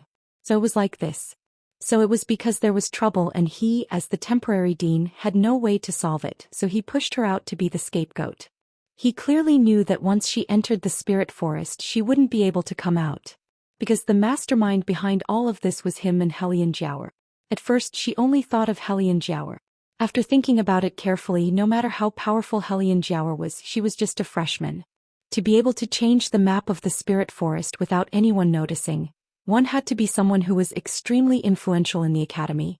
Otherwise, those teachers would have realized that there was something wrong with the map.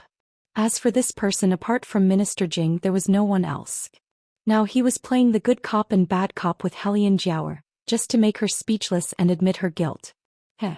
The Cat Prince? What a coincidence. She had just taken in one. Hellion Vivian smiled shrewdly.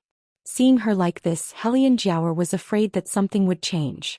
Tears flowed from her beautiful eyes. Elder sister, ever since I entered the academy, I have been thinking of ways to change people's views of you. But this time younger sister is truly powerless. I never thought that you would be this kind of person. After hearing Hellion Jiaoer's words, a schwak sound was heard as the guards raised the spears in their hands. In the face of such an aggressive situation, not only did Hellion Wei not panic, she slowly curled the corners of her mouth and said, "Sisters, from the beginning, all of you have been saying that I'm the murderer who hunted down the Cat Clan's prince. You didn't even give me a chance to explain. Now I'll ask you one thing. If the one who killed the Cat Prince wasn't me, how do you plan to apologize this time? Slap yourselves a few more times?" Hellion Mei had the most explosive temper. When she heard Hellion Vivian mention the previous humiliation, she hated that she couldn't let the Cat Clan's guards take this slut away and dismember her into 10,000 pieces. Hellion Jiaoer was clearly much more tactful than her. Within her eyes were tears of grievance.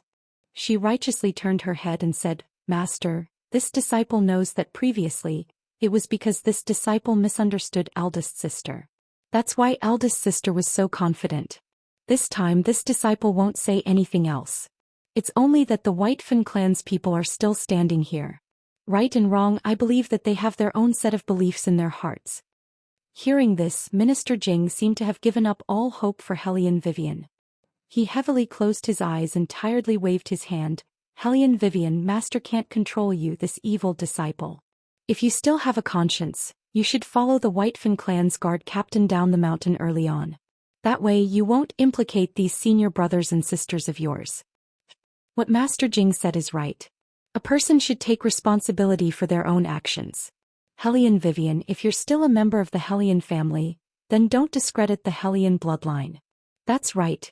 Don't implicate everyone because of one person's debauchery. The voices of condemnation were like a tide, sweeping over from all directions. They practically swallowed up Hellion Vivian's entire body. However, Hellion Vivian only tilted her head and straightened her collar. She evilly smiled. "Master Jing, everyone knows that I'm a good-for-nothing.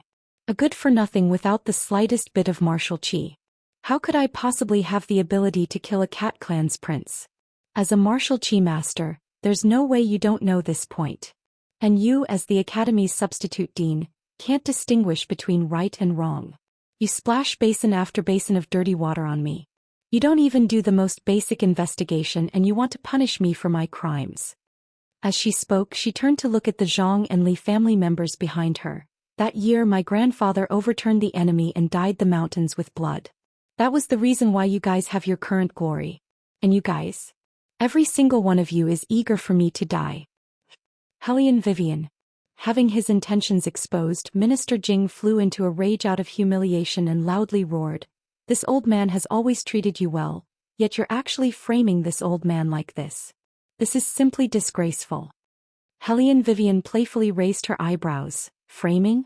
Master Jing, from the very beginning, you didn't take out any evidence to prove that the person who killed the Cat Clan's prince was me. If we're talking about framing, then it should be you framing me. Master, you don't need to be long-winded with her anymore. This unfilial girl simply won't accept your kindness." Hellion Mei leaped over. "She's always been a hedonist and simply doesn't know what's good for her. If we're talking about evidence, doesn't she also have no evidence to prove herself? Moreover, at that time we all came out of the spirit forest. Only she didn't follow the directions of the map. It's clear that she did something shameful." When Hellion Vivian heard this, her thin lips suddenly hooked up. "Younger sister, who told you that I don't have evidence to prove my innocence?" "What?" Hellion Mei was stunned. Even when Hellion Jiaoer heard this, her complacent smile also froze at the corner of her mouth. Impossible, she couldn't possibly have any evidence to prove her innocence. Since they dared to pin a crime on her, it was because they had already arranged everything in the academy. Even if the teachers were to detect something, they would remain silent and absolutely wouldn't testify for this slut. Then where did the evidence she spoke of come from? "Shall I come out?" Hellion Vivian's voice was very light, but it revealed a chilling coldness. "Come out and tell them what the truth is."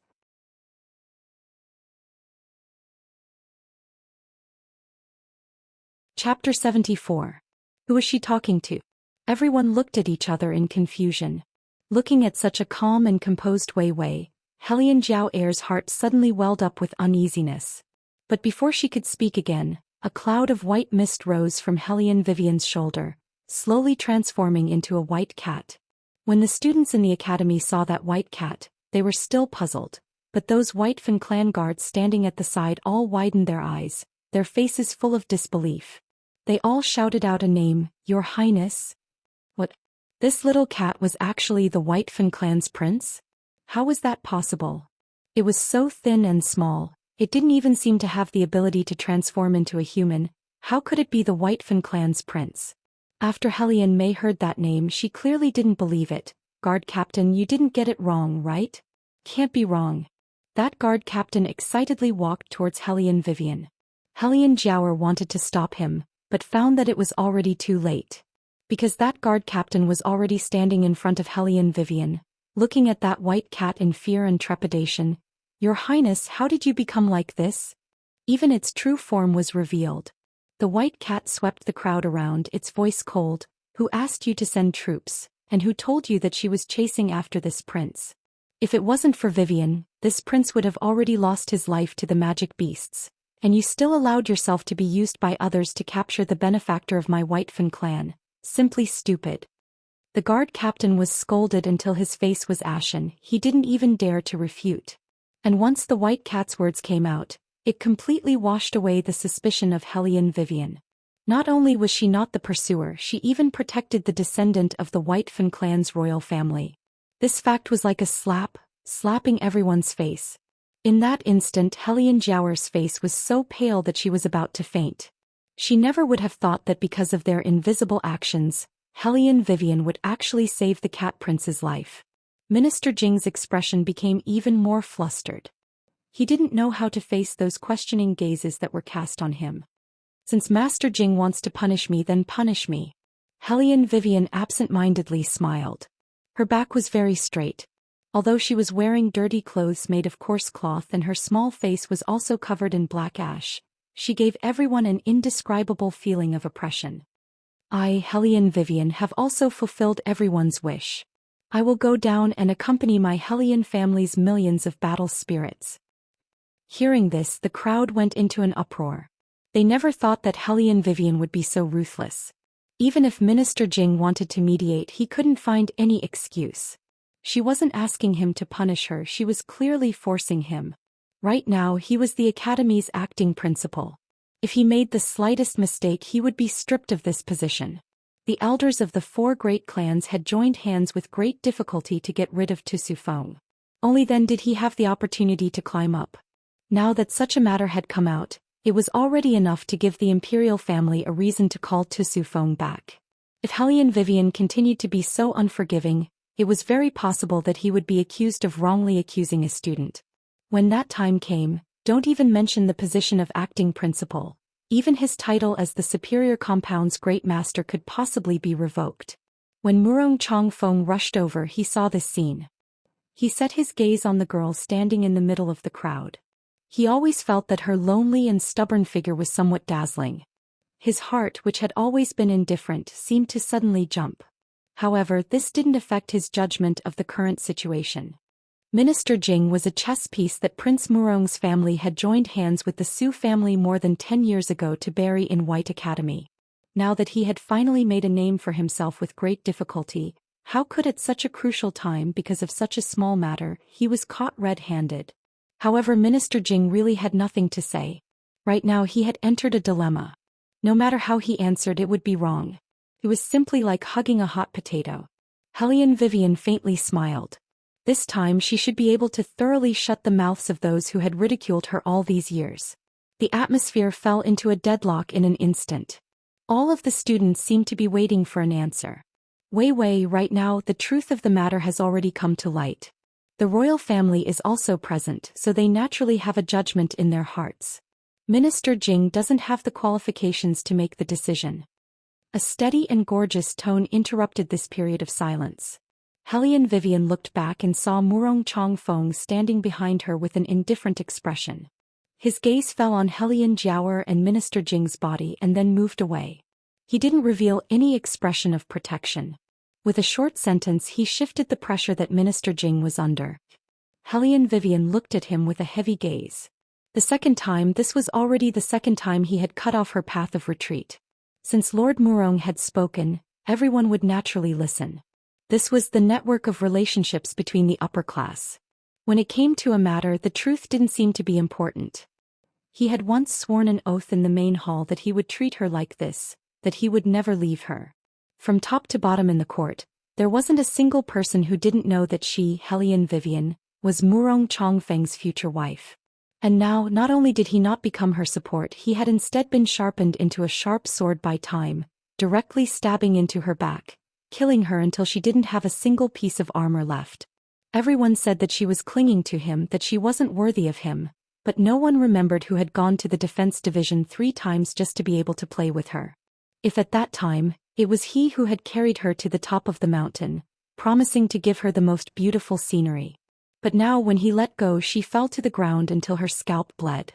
In order to consolidate his power, Murong Chongfeng chose to protect Minister Jing, to protect Hellion Jiaoer, and to abandon her. Hellion Vivian's mouth carried deep disdain and disgust.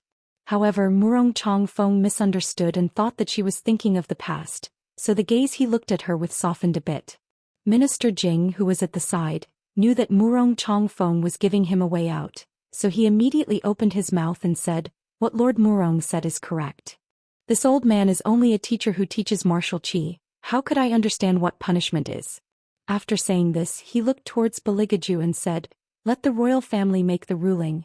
When Hellion Vivian heard this, she felt that there was no hope.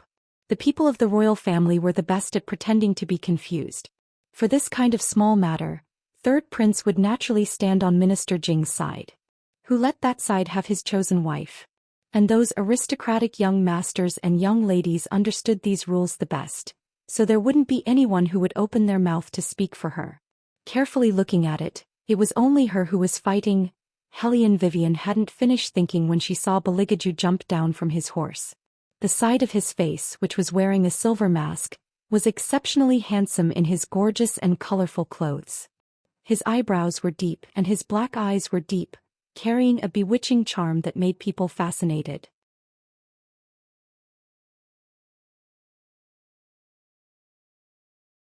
Chapter 75. Let this highness decide. Beligaju looked at her, his long and narrow eyes flashed with an indifferent light, as if this matter had nothing to do with him. Then it's a capital offense. Capital offense? Hellion Vivian clenched her hands. What a good third prince to be so ungrateful. The rabbit meat she roasted in Spirit Forest was all fed to the dogs. He really didn't have a bit of conscience. Wait a minute. Hellion Vivian raised her eyebrows. He said capital offense. Why did he reach out his hand towards her? Don't think that because his hand was good-looking she would forgive him. Wei Wei's eyes flashed with hatred as she lifted her head.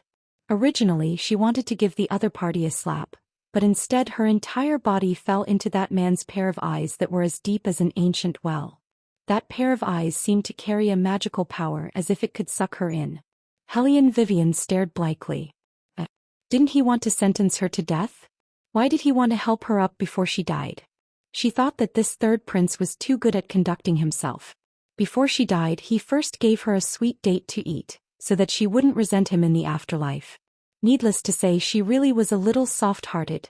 However, he also underestimated her too much. Did he think that he could casually use a handsome man to make her yield? Eunuch Sun was simply driven crazy by this Miss Hellion. He lowered his voice and anxiously urged, "Miss Hellion, master is helping you. Why don't you quickly pass your hand over?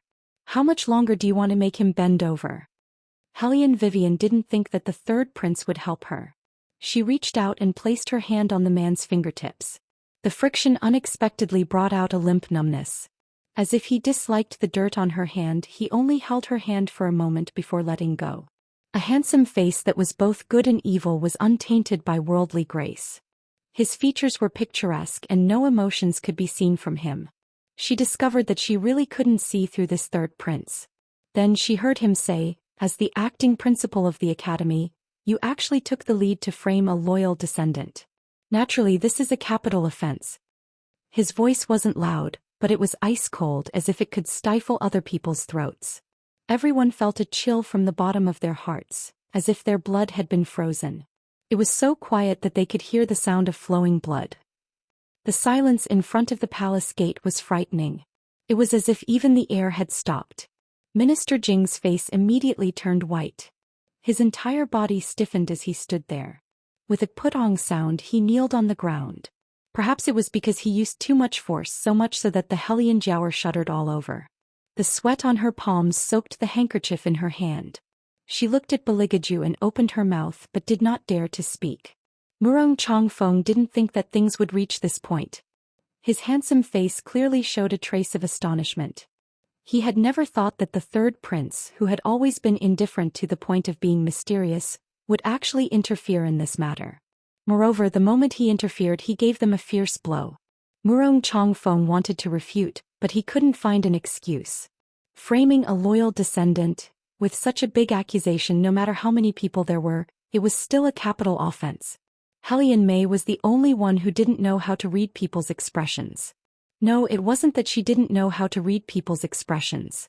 It was better to say that she did not believe that the high and mighty third prince would help a piece of trash. Your Highness, didn't you say something wrong? How could the person who should be sentenced to death be Master Jing? Hellion Mei angrily pointed at Hellion Vivian. It's clearly this woman harboring unfathomable motives. She saved the Cat Clan's prince but didn't say anything. She just waited until the end to frame Master Jing. When the Hellion Jiaoer heard this, she knew that things were bad. She stepped forward and hurriedly berated, "Younger sister, shut up." "Why should I shut up?" "Elder sister, look at this woman. Is she still the same as before?" "Not the same. She's simply a cunning snake. When we walk a little off course, she bites and won't let go. I don't know where she recently learned some bewitching tricks. Even your favorite highnesses." Slap.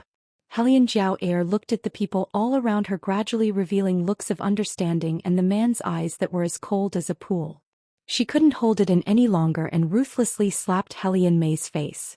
This slap not only made Hellion Mei stare blankly at once, even Wei Wei unexpectedly raised her eyebrows. Immediately after, she stroked the white cat, the corners of her mouth hooked up into an evil smile. The Hellion Jiaoer's chest heaved up and down as if she was suppressing her anger. She clearly knew what kind of man he was. Countless women had been rejected by him. For such a high and mighty person, what he hated the most was to be thought of and schemed against by others. So all these years she had always been silent towards him. Even if she heard news about him, she would only smile like a well-bred young lady. Even when she found out that the third prince was coming to pick a consort, she didn't express her feelings to anyone. She pretended that she didn't care about him that much. When other young ladies came to ask her, she did her best to suppress the pride and joy in her heart. She didn't want to arouse his disgust. But now Hellion Mei had blurted out her deepest secret in a moment of carelessness. She could almost imagine how those people who were on good terms with her and talked about the third prince would think of her. It was fine if this third sister was stupid, but she had also dragged her into the water. How could this not make the Hellion Jiaoer angry? "You hit me. Second sister, you actually hit me." Hellion Mei's scream was indescribably ear-piercing. With her fiery temper, she was about to pounce on Hellion Jiaoer and grab her hair. She couldn't accept being slapped by her own sister in front of so many people. The Hellion Jiaoer saw that she didn't know how to restrain herself and became truly angry. She grabbed her wrist and said in a low voice, "Stop right now, Hellion Mei. Do you want everyone to see us sisters as a joke? If they want to see us as a joke, then so be it." Hellion Mei was full of anger. Hellion Jiaoer didn't want others to know, so she decided to fight to the death. "Anyway, since we were young, I've always been a joke in front of you." Hellion Jiaoer paused. "Why would you think that? Isn't that so?" Hellion Mei shouted at the top of her voice. Compared to her usual self, she seemed to be even more shrewish. Without the slightest scruple, she completely exposed her ugly side in front of everyone. "What kind of bad things? It's all because you ordered me to do them. I am your gun. Wherever you tell me to shoot, I must shoot. In the end, you got a good reputation, but I didn't get anything. Even grandfather likes you more. I really should let them see that you're actually nothing." Hellion Mei. Hellion Jiaoer trembled all over as she scolded in a low voice. "What's wrong with you today?" Hellion Mei sneered, her eyes red. "Me? I was just woken up by your slap, you vicious bitch." Everyone was stunned by this scene. One had to know that this pair of sisters were usually lovable. The older one was gentle and beautiful and the younger one was lively. Even the way she spoke was likable. But today what was this? Hellion May was like a shrew on the streets. While everyone was shocked with their mouths wide open, only Beligaju glanced at Hellion Vivian beside him. His eyes were indifferent, deep and cold like an ancient well.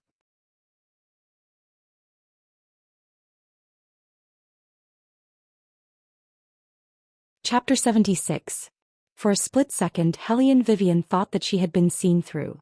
But after thinking about it again, so what if she was seen through? Her beautiful phoenix eyes slightly raised, giving off a ruffian appearance. She could take advantage of this opportunity to leave the impression of a vicious hedonist in the third prince, so that in the future when the matter of selecting concubines fell on her, that wouldn't be good. As a result, Hellion Vivian patted the mythological beast on her shoulder, and with a voice that only the two of them could hear she lightly laughed and said, "Little White, you did well." This highness didn't do anything, this highness only borrowed her sister's slap to make her speak out her thoughts, that's all. The white cat disdainfully looked at the two humans in front of it who were locked in a fight, and disgustedly brushed its whiskers. Hellion Vivian thought that this could kill two birds with one stone, but who would have thought that when Beligaju heard those words, the playfulness in his eyes actually became heavier, so much so that even the corners of his mouth rose into a devilish arc. This made Eunuch Sun doubt whether his eyes were playing tricks on him. Otherwise, why would his highness look at a swarthy woman in a different light? This is an illusion, it must be an illusion. And at this time the usually innocent and pure Hellion Jiaoer had already had her hair pulled by Hellion May. The pain from her scalp almost made Hellion Jiaoer unable to control herself and want to curse. She was flustered and exasperated as she glared at Hellion May, knowing that there wouldn't be any results even if she continued to speak. So she simply raised the martial chi in her body, and with a bit of strength she shook Hellion May a meter away. Murong Chongfeng's face was ashen, he didn't understand what had happened. This Hellion Jiaoer who had always followed Hellion May's instructions, how could she say something like this without considering the situation? He remembered that when he entered the defense division, this pair of sisters were clearly not like this. Looking at them now, it was simply as different as heaven and earth compared to that time. Could it be that this was their true nature? Murong Chongfeng's body stiffened. Hellion Jiaoer was a bit better, she just looked a bit more valiant than usual. That Hellion May was simply like a mad dog. If he allowed her to continue speaking like this, who knows what she would reveal, making him who spoke up to protect them lose face. Hellion May was heavily thrown onto the ground. The surrounding discussions entered her ears one after another. She shook her head and only then did she gradually wake up. Recalling the words that she had just said, her expression immediately changed greatly. Her entire body was paralyzed on the ground. Why did it become like this? She seemed to have been possessed by a demon just now and said all the things that she shouldn't have said. No. Hellion May hugged her head and shrieked involuntarily, "Who is it? Who framed me? I don't." Over? Hellion May's face showed despair, her throat filled with bitterness. She simply didn't dare to look at the people standing around her. What's more, there were still young masters from various families standing here. She was so barbaric just now. In the future she was afraid that she would never be able to marry again. When Hellion Jiaoer saw this, tears also gushed out. When had they sisters ever been in such a difficult situation? She didn't believe that this matter had nothing to do with Hellion Vivian. She also knew that at this kind of time, they couldn't be strong anymore, they must be soft. Only then would they be able to attract other people's sympathy. Therefore Hellion Jiaoer didn't care about former enmity. She reached out and hugged Hellion May. Turning her head to look at Murong Chongfeng, she weakly called out, "Lord, younger sister must have been under some kind of evil curse. That's why she went against her heart and said those unbearable words." Hellion Jiaoer beseeches Lord, "First let us sisters go down to rest." Hellion May going crazy like this was also good. Although she also didn't want to see her own younger sister lose all standing and reputation. But this way she would have a way out. Otherwise, third prince might drag her and Jing Wu Wang down together. Right now she could take advantage of the panic to muddle through this matter. However, Hellion Vivian was never a person who would let go of a loss. She looked at Hellion Jiaoer, her tone indifferent. "Second younger sister, you want to wrongly accuse me and then leave?" Hellion Jiaoer's arms stiffened, her beautiful eyes turned red as if tears were dripping down. She glanced at Hellion Vivian. Looking from afar, people who didn't know would think that she was the one who was wrongly accused. However, everyone knew that this wasn't the case. Therefore, her trick of pretending to be pitiful was completely useless. Even Murong Chongfeng didn't speak up for her. Helian Jiaoer knew that this time she had to admit defeat. Her eyes flashed with malice, her small face slightly lowered, and she faced Helian Vivian and bowed. Her lower jaw tightened. Eldest sister, this time it's younger sister's fault. Younger sister shouldn't have wrongly accused you without investigating anything. It's good that you know your mistake. Helian Vivian smiled. What I'm afraid of is that younger sister's heart is still unconvinced. Otherwise, why would you be so unwilling to bow? Helian Jiaoer firmly pinched her fingers, her waist bent again and even her knees bent to the ground. However, her face still maintained a faint smile. Is older sister satisfied now? Whether I'm satisfied or not isn't important. The most important thing is younger sister. Helian Vivian curved her thin lips, pausing after each word. Are convinced? She did it on purpose. She deliberately emphasized the last 3 words. Helian Jiaoer was so angry that her entire face was distorted, but she had no choice but to lower her head by an inch. Her lower jaw trembled as she said, convinced. After saying these 2 words, the handkerchief in Helian Jiaoer's hand was stained with a layer of blood. Making her use this kind of posture to curry favor with Helian Vivian, it was simply more unbearable than killing her. She would rather slap her own mouth than be looked at like this. Look at her groveling while Helian Vivian took all the glory. Not only this. This time she even threw in her younger sister's reputation, as well as the lifeline that the Su family used to bribe the academy all year round. If grandfather knew of this matter, he would certainly fly into a rage. Also, there was third prince. How could she let that man see her in this kind of inferior position? All of this was all because of Helian Vivian, that slut. Helian Jiaoer hated that she couldn't kill her right now, but she knew that she couldn't do that. Therefore she could only bite her own thin lips and let those guards take Master Jing Wuang away. She must show that little slut a bit of her power, no matter what method she used. She couldn't wait until the martial qi competition, and she couldn't wait until after the consort selection. She wanted that little slut to die now. Helian Jiaoer's eyes were floating, overflowing with a burst of poisonous intent. Helian Vivian didn't care at all. The Whitefin clan was a mythological beast that could see through human thoughts the best, not to mention that Little White was a prince. Of course he was aware of the resentment emitted from Helian Jiaoer's body. He coldly reminded Helian Vivian, if this king was you, this king would directly kill her. What's the point of making her apologize? What's the point of kneeling? What a waste of time. You don't understand. The most painful thing for humans is not death, but to make them lose what they rely on the most for survival, such as power, such as face. She believed that just now Helian Jiaoer must have felt even more unbearable than death. For so many years Helian Vivian had always lived like this. She suffered all kinds of humiliation and her life was worse than death. What she wanted had never been to cut off all ties with a blade. All the things that should have belonged to the Helian family. Whatever those people took from her in the beginning, she wanted to take it back bit by bit.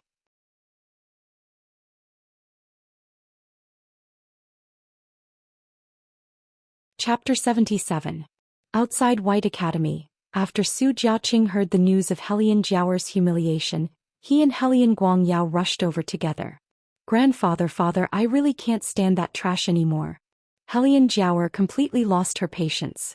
Her eyes viciously stared at the corner of the handkerchief. I want to remove her name from the Helian clan. Su Jiaqing listened to his granddaughter's words and said, I used to think that a trash wouldn't be able to stand up to any waves. I didn't expect that she would accidentally destroy all the relationships I've worked on for so many years.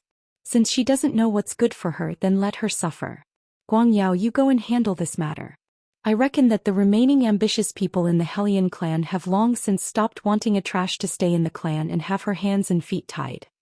Helian Guangyao nodded, but as sinister as he was, he discovered a suspicious point. That vile spawn and the third prince both don't know martial qi. How in the world did they escape from such a dangerous place like Spirit Forest? Don't tell me that vile spawn is hiding something from us? What could have happened to her? Helian Mei covered her bruised forehead and disdainfully shouted, she was just lucky to save the Whitefin clan's prince and let him take her out of the forest. Otherwise, with her three-legged cat's martial arts, she would have died in Spirit Forest long ago. May Air, you pay attention to your tone and identity. Helian Guangyao had long been angry with her. Today in the court, because he had such a daughter, he lost all face. Now the entire capital knew that he, Helian Guangyao, had raised a brute. After so many years, you haven't made any progress at all. Today in the academy as well. It's fine if you lose face yourself, but you even exposed your second sister. If that brain of yours doesn't open up, Father will write a letter to the headmaster to have you quit school and get married. Helian May felt wronged after being scolded, but she didn't dare to refute at all. Everyone knew that a girl who had been expelled from school simply wouldn't be wanted by anyone in the capital, unless she married those old men in their 70s or 80s. How could she, who had always been proud and arrogant, accept that? Just thinking about that scene made her feel disgusted. Usually at this time Helian Jiao Air would have already spoken up for her. But now Helian Jiao Air actually sat to one side and calmly drank her tea. The corners of her eyes already showed annoyance towards Helian May's constant stupidity. However, Helian May did not notice it. She only wanted to persuade Helian Guangyao to calm down. No one noticed that the thing that Wei Wei did today, the goal that she wanted to achieve the most, was already beginning to bear fruit. If you want to destroy an organization, you must first let them have internal disagreements. Even though Wei Wei didn't see this scene in the carriage, but as long as it was a normal person, they wouldn't place an unsafe factor who knew everything about them by their side.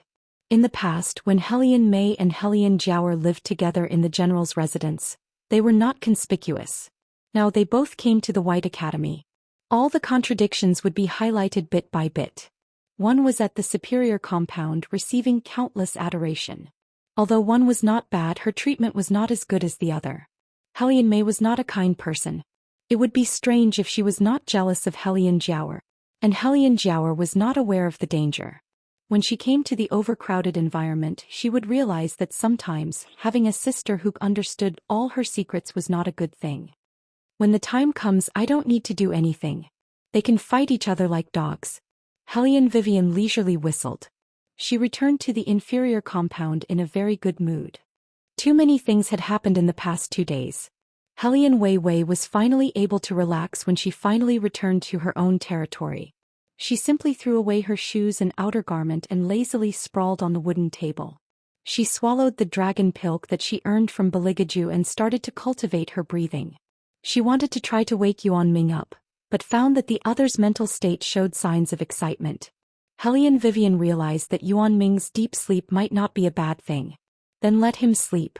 Maybe when he wakes up there will be a pleasant surprise.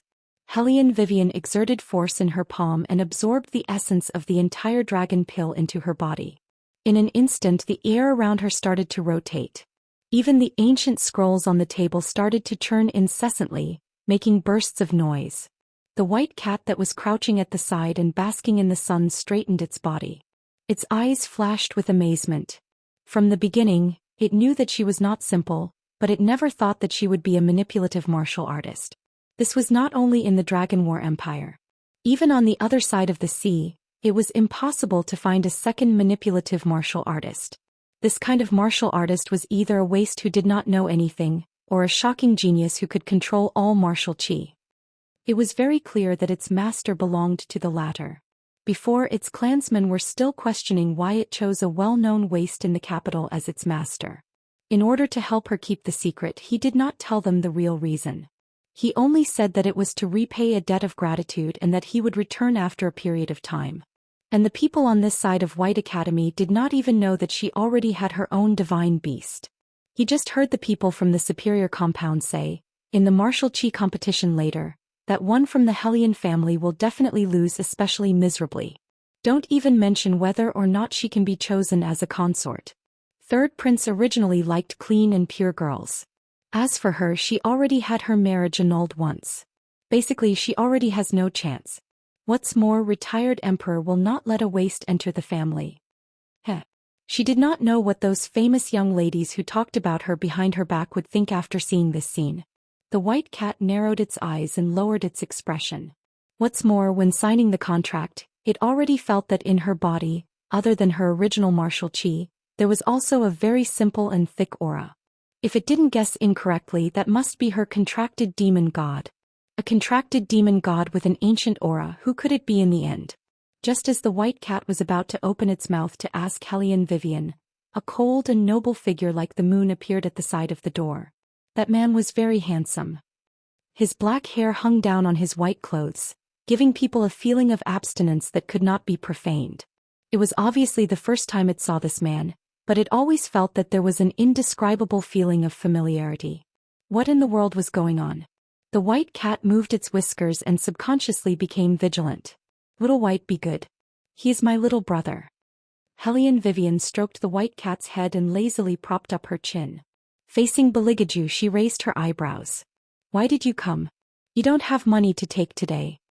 The Beligaju, who took off his mask for the first time, felt that the White Academy's green and white clothes were not bad. Could cover up all the aura on his body. What's more, he wanted to appear in front of the world in whatever manner he wanted. For example, the current Beligaju had a trace of a demonic aura. Without any misgivings, he simply put one hand on the table and slowly pressed towards her.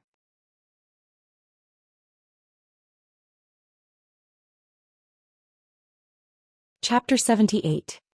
He slowed down his tone, his words charming. I'm not here to collect money, I'm here to care about the safety of my patron. I heard that you were almost taken away by the Cat Clan as a criminal. Look, the royal family was so good at pretending. Hellion Vivian yawned, not retreating but instead patting his head. Don't worry, your big sister isn't that easy to bully. They were all beaten back by me. Is that so? Beligaju looked at her with a meaningful gaze, then casually asked, I also heard that you and the royal family were alone in the spirit forest for an entire day? Hellion Vivian made a sound of acknowledgement, then suddenly remembered something. Grabbing his sleeve, she said, if you didn't mention it, I would have forgotten. Would you believe it? He was actually the one below. What? Beligaju's eyes froze. Hellion Vivian explained, that's right. Isn't there a difference between top and bottom? I really didn't expect that the imposing third prince would actually be willing to be the one below. Be the one below? Good, very good. Beligaju's bewitching thin lips had an unprecedented chill. In the future he would let her know whether he was the one above or the one below. Surprised, right? When I first guessed it, I was also quite surprised. Hellion Vivian didn't notice his current expression. She was currently rummaging through her own things. She folded the previously washed handkerchief neatly and placed it into a small yellow box. Shadow, who was hiding outside, had already heard until his legs were about to go soft. Cold sweat dripped down from his forehead. He wanted to make some noise to signal Hellion Vivian to stop talking. However, Beligaju only raised his head and glanced towards the window. Shadow's 4 limbs immediately stiffened, and he silently retreated back to his original position, continuing to watch Hellion Vivian court death. Beligaju retracted his gaze and fell on Hellion Vivian's hand. His thin lips hooked up a bit. You seem to treasure this handkerchief very much. Of course it's a treasure. Hellion Vivian said in a serious tone, this is a handkerchief used by the third prince. Beligaju lowered his eyes. There was a little light in his eyes. Seeing that she cared so much about his handkerchief, he would let it go. Hellion Vivian pressed the box and muttered, I heard that the handkerchief he used is very precious. After we pack it up and sell it to the ladies of other families, we should be able to get a good price. At that time, you want to sell it? Beligaju's fingers paused and he slowly interrupted her. Hellion Vivian didn't know if there was something wrong with her hearing, but she felt that there was a trace of displeasure in that voice. What's wrong? Beligaju's eyes were slightly cold. An ice-cold aura hit her in the face, but there wasn't the slightest trace of emotion in his voice. Nothing. It seemed that his prey still hadn't learned to be obedient. It was time to dismantle her claws. Beligaju smiled, bringing out a bewitching chill. It made Shadow tremble from head to toe and he almost fell down from the tree. Ever since Master became acquainted with this Miss Hellion, he had become more and more fond of smiling. This really wasn't a good thing. Because His Highness was a person, the more bewitching his smile, the more it represented that his mood was very good. Oh, good. Does this Highness look like the one below? When only Beligaju and Shadow were left, he slightly raised his thick eyebrows and asked the servant following behind him. Shadow's scalp went numb. He immediately shook his head and said in a small voice, Your Highness, even if you were willing to lie down, no one would dare to press you down. Is that so? Beligaju slowly turned the ring on his finger in a circle. His delicate thin lips slowly raised. This old man once wanted to drive this good-for-nothing out of the clan as soon as possible, so as to avoid losing our Hellion clan's face. Look at it now, she even dares to bully Miss Jiao Air.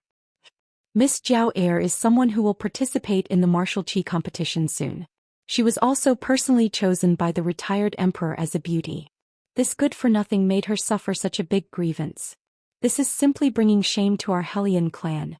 Another elder took over and said, "Someone come, beat this good-for-nothing with 100 boards and throw her out of the residence. This kind of person can't be allowed to stay."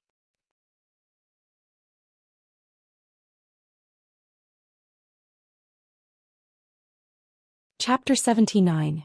As the elder spoke, he wanted to stand up, but at this moment Yuan Ming, who was hidden in Hellion Vivian's body, suddenly opened his eyes. Suddenly, with a thump, that elder inexplicably knelt on the ground. Hellion Vivian naturally sensed that Yuan Ming had awoken. The corners of her mouth slowly curved up. Looking at that stupefied elder, she said, "Niawalin, you're an elder who was single-handedly raised by grandfather. If it weren't for grandfather, right now you're nothing more than a poor boy with no power and no influence. Now you're talking to me? Do you have the qualifications?" As she spoke, her gaze swept inch by inch across those elders who were gasping for breath because of anger. "And you guys, which one of you haven't received grandfather's kindness? Yet now you're allying with outsiders for your insignificant benefits. You want to drive me out, you're really putting on a good show." The elders reached out and pressed their hands on their chests, so angry that even their fingers were trembling. Hellion Vivian's words seemed to have opened up the deepest and dirtiest shameful heart in their hearts. They indeed did receive the Defense Division's kindness. But this kind of kindness made their hearts feel stifled. Everything had to be done according to Old Man Helian's mood. It was simply too much. That's why when Old Man Helian passed away, they quickly stood on the new clan leader's side. Even though Helian Guangyao was acting as a substitute for the underage Hellion Vivian to manage the Hellion clan, they'd rather the clan leader always be Helian Guangyao.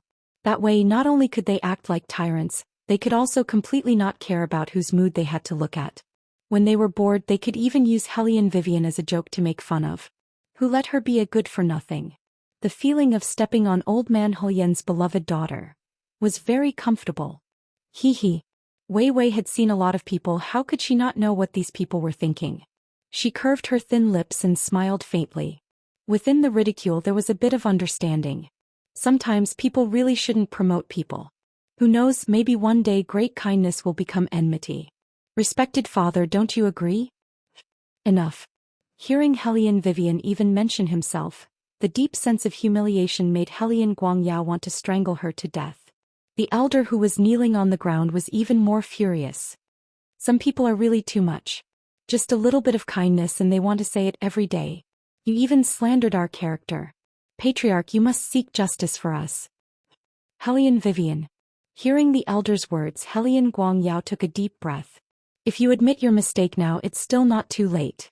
Otherwise, don't blame your father for being impolite. He thought that his words would scare Hellion Vivian into restraining herself, but nothing happened.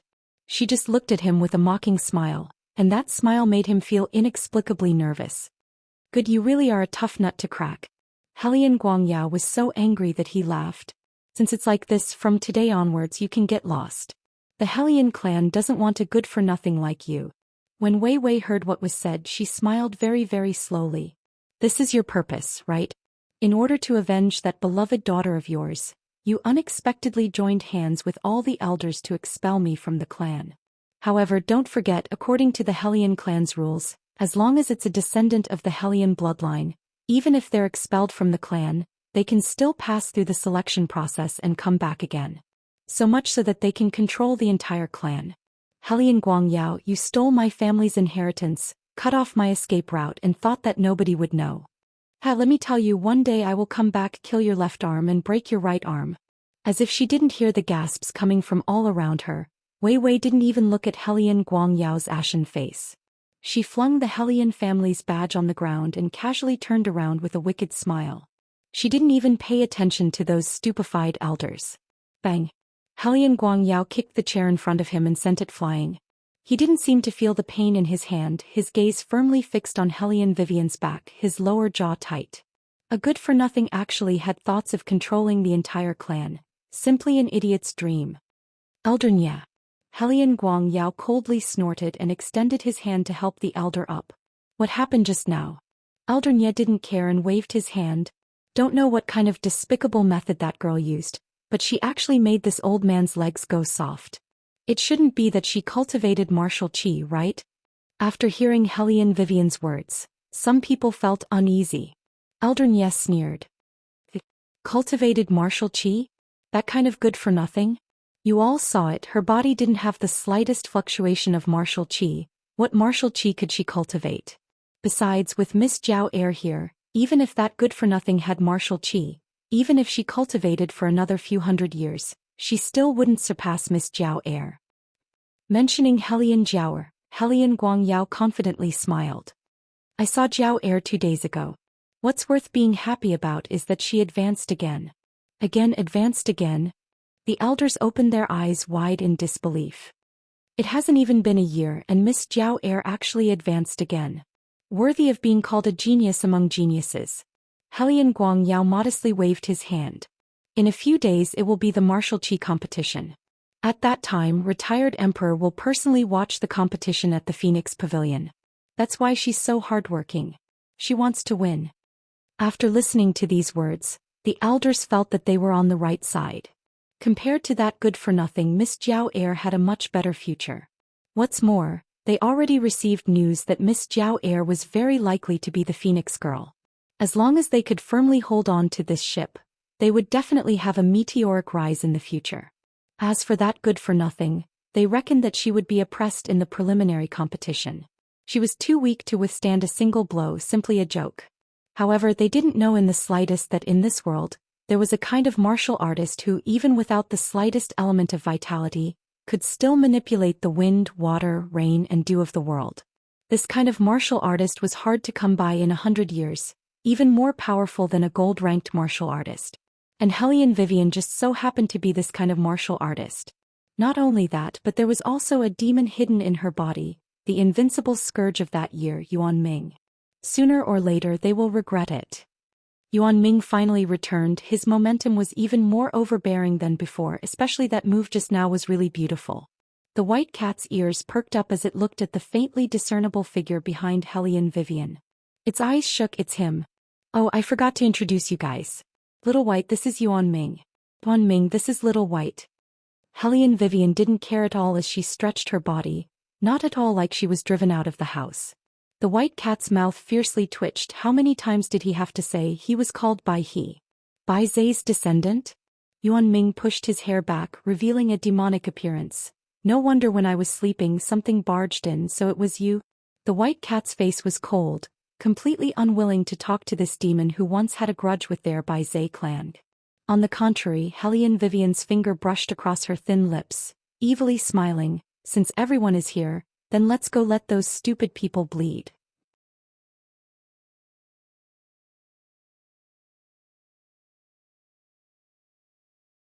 Chapter 80.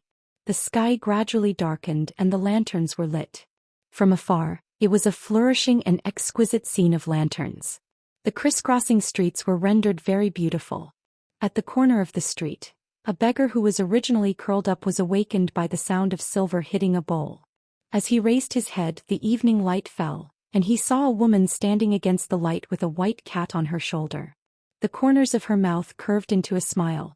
I'll give you 10 taels of silver. Take off the clothes on your body and sell them to me. There was actually such a good deal in this world. This was simply picking up a big meat pie for no reason at all.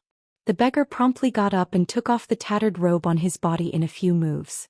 The woman smiled again and with a bend of her index finger, she flicked the 10 taels of silver into his broken bowl. Then with a hook of her hand she put the robe on her shoulder. Her movement of putting on the clothes was particularly fast and particularly handsome. When she turned her head again, the tattered robe fell. The woman turned around and transformed into a genuine little beggar. She reached out and straightened the collar of the robe. Then with her long legs she walked out of the dark alley. The corners of her mouth curved into a smile as she walked towards the nearby martial arts aristocratic family. The Nye family. The guard outside the door saw many beggars who came to beg. His eyes flashed with disdain as he waved his hand. Go away, go away. Stay where it's cool. This isn't a place you can come. That beggar didn't get angry and only smiled. The breeze blew his black hair, and with a turn of his body, the wind from his leg was swift and fierce, like a knife that pierced the bone. Ping. The Nye family's door was forcibly cut open by the wind from his leg, creating a large hole. The guard at the door was thoroughly stunned. He foolishly looked at the beggar who was walking forward as if there was no one around. In the end, he loudly shouted, "Set up the formation, quickly set up the formation." Someone came to smash the place. In the capital, every martial arts aristocratic family had their own special formation. The ones who formed these formations were the death attendants that were specially provided by the family. The guard loudly shouted, and several black-clothed people flitted across the treetops. They flew and landed on the ground surrounding Hellion Vivian in the middle of the courtyard. They were dressed in the same black robes, and their faces were filled with a thick baleful aura. Their flying kicks were like whirlwinds, and they were filled with a ferocious energy that soared to the sky. The beggar flipped to the side and used his slender palms to support himself on the ground to avoid the long legs that were coming at him. Wind swirled around his body and a lazy evil smile hung on the corner of his mouth. He was like a phantom shuttling back and forth in the middle of the black shadows. As his long hair fluttered slightly, his fingers grabbed one of the people's ankles and pulled hard. Only a few cracking sounds were heard. The 18 shadows disrupted the array formation one by one. By the time they reacted, they were all kneeling on the ground. The guard rubbed his eyes in disbelief. Looking at the black figure hugging his leg and curling up, his heart was in turmoil. Although the Nye family's formation couldn't be considered as the capital's top formation, it was still not easy to deal with a large formation. Without martial chi above the 5th level of the wood rank, it was impossible to break this array. Could it be? This little beggar's martial chi had already reached wood rank level 5. How was that possible? Not to mention the 5th level of the wood rank, even the 5th level of the water rank would be recorded in the Imperial Palace. Because the majority of people would stop at the fire rank, it was very difficult to advance. In the Dragon War Empire, apart from those martial arts aristocratic families' heirs who could reach the water rank, ordinary people simply couldn't break through this standard. But now, in front of their eyes, there was actually a little beggar with an unclear background. What in the world was going on? Quickly go and inform the master. After the guard heard this sentence, he was just about to move. Wait. What? She left. Left? The entire Nye family's courtyard could be described as too horrible to look at. The black shadows were sprawled on the ground in disarray, their faces full of bloodstains. The beggar standing on the roof only curved her lips into a smile. Every word was clear and cold like the wind. Thank you for sparring. Thank you for sparring. Thank you for sparring. Thank you for sparring. Sparring? Elder Nye, who had rushed back from the defense department, heard the servant's report and walked to the center of the courtyard in large strides. His thick eyebrows fiercely wrinkled. The Buddhist beads in his hand also flew out and heavily fell to the ground, shattering into powder. Who is he? What is his identity? Elder Nye was truly angry. He didn't think that in this capital, there would unexpectedly be someone who dared to make a move on top of his head. Who didn't know that although his Fong family's martial arts weren't the best, they were the best of the best among the Hellion bloodlines. But today, someone unexpectedly took advantage of the time he went to the defense department to destroy his lair. That's fine. Sparring partner. His Grand Nye family was used as a sparring partner for a little thief. Investigate for me. After you find out, this old man will personally slaughter this little beggar. Elder Nye gnashed his teeth as he spoke. His eyes flashed with unprecedented viciousness. Yes. The guards bowed their heads one after another, not even looking when they spoke loudly. The Nye family's courtyard was a mess. The atmosphere was indescribably heavy. Elder Nye seemed to have thought of something. He turned his head and said in a low voice, "Today's matter, if someone goes outside and gossips, be careful of your dog lives." Yes. This time the ones who answered were the serving maids and servants. They trembled as they knelt on the ground. Clearly they were frightened by the old man's words. They simply didn't dare to randomly look around. Nowadays, every major family had set their sights on the martial chi test that was going to be held in the near future. Ordinarily they all trained intensely. Secretly they all shouted with all their might. No one was willing to submit to another. If outsiders knew that the Gran Ye family of the Hellion bloodline was unexpectedly beaten by an unknown beggar to the point where they didn't have the strength to fight back, if this matter were to spread, it would certainly reduce the Nye family to a huge joke. But what Feng Shichao didn't expect was that for 3 consecutive days, it wasn't just the Nye family. Even the other 3 families also similarly suffered from an unknown beggar's sweeping. If one family was like this, then they could still conceal the secret. But if the aristocratic families of the capital all encountered the same matter, then the fire couldn't be contained in paper. The entire capital was shaken. Every family was looking for this beggar. They even took out 100,000 taels of silver to put up posters, all for the sake of obtaining her and using her for their own use. And at this time, that beggar had long since transformed into a White Academy student. She was in the middle of earning her first bucket of gold in the true meaning of the ancient times. I really didn't expect that for such a long time. I was actually discussing business with a woman. The one who spoke was the second young master of the He family, Heizei. A typical second generation of the Northern Army, the 5th most handsome man in the capital, strong and intelligent, wearing a graceful and luxurious cloak and gown. He sat there propping up his chin. His overbearing gaze sized up Hellion Vivian from head to toe. Then he smiled coldly. Everyone thinks you're a hedonistic good-for-nothing, but you're actually a good martial cultivator. You even dared to use me. Hellion Vivian, you really are very daring.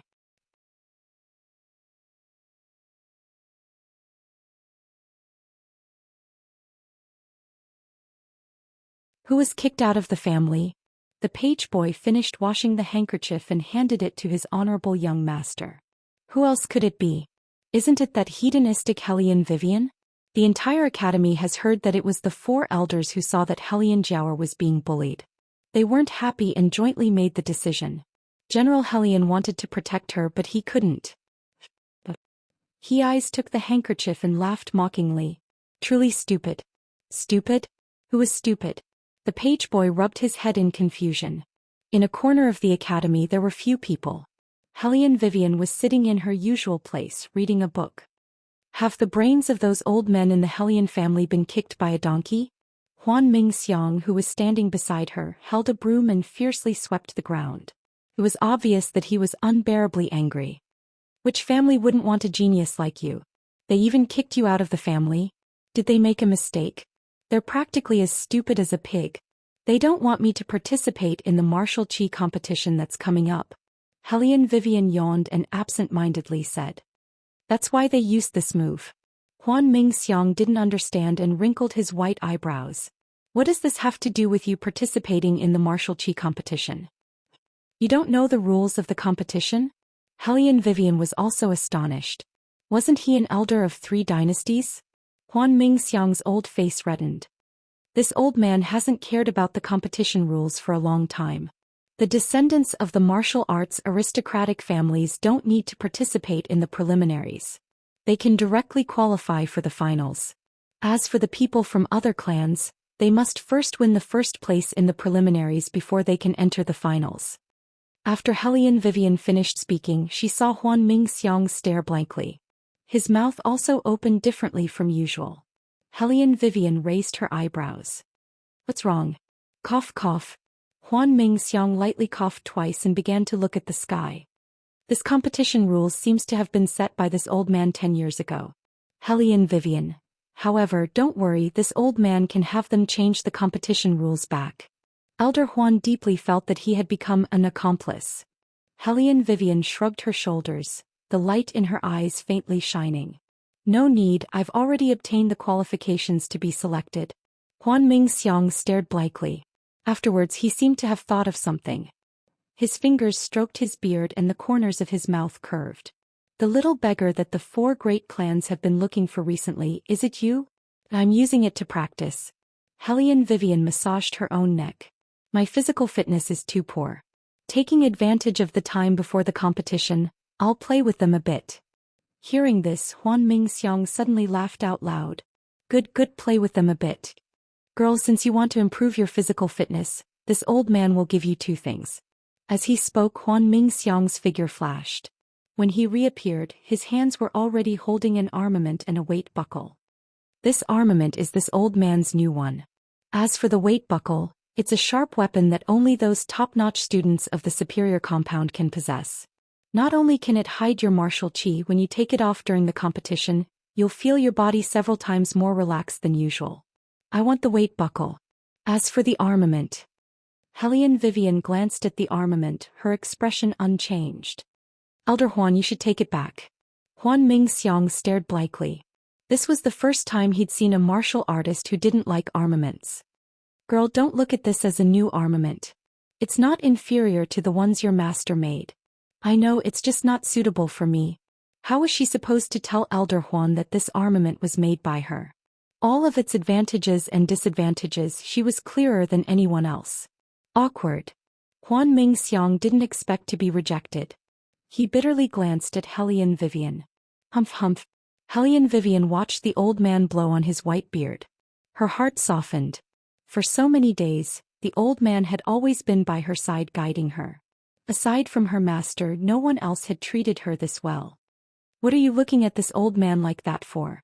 Huan Mingxiang proudly cast a glance at her. If you don't want it, then don't. But what if your physical fitness can't keep up?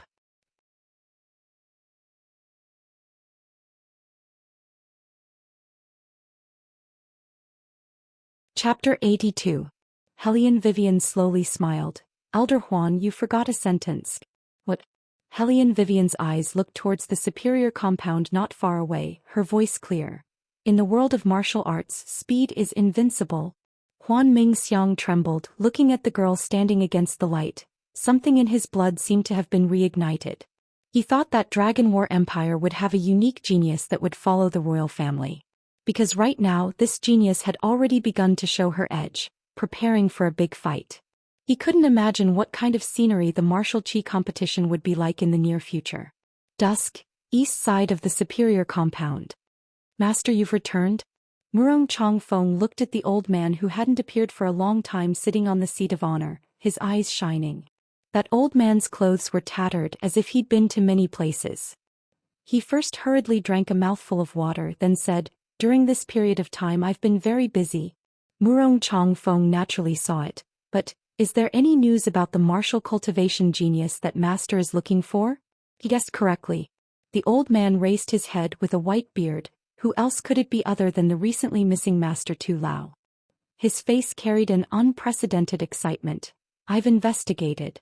At that time the Phoenix building targeted the people of the capital, so that girl is definitely in the capital, not in Jiangnan or other places.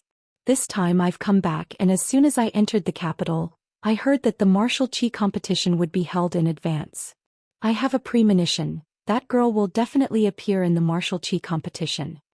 Murong Chongfeng didn't understand why his master would be so obsessed with a girl he'd only met once. However, he also wanted to quickly find the other person, take a good look at who she was in the end. Hellion Vivian finished reading today's book, then bid farewell to Huan Mingxiang.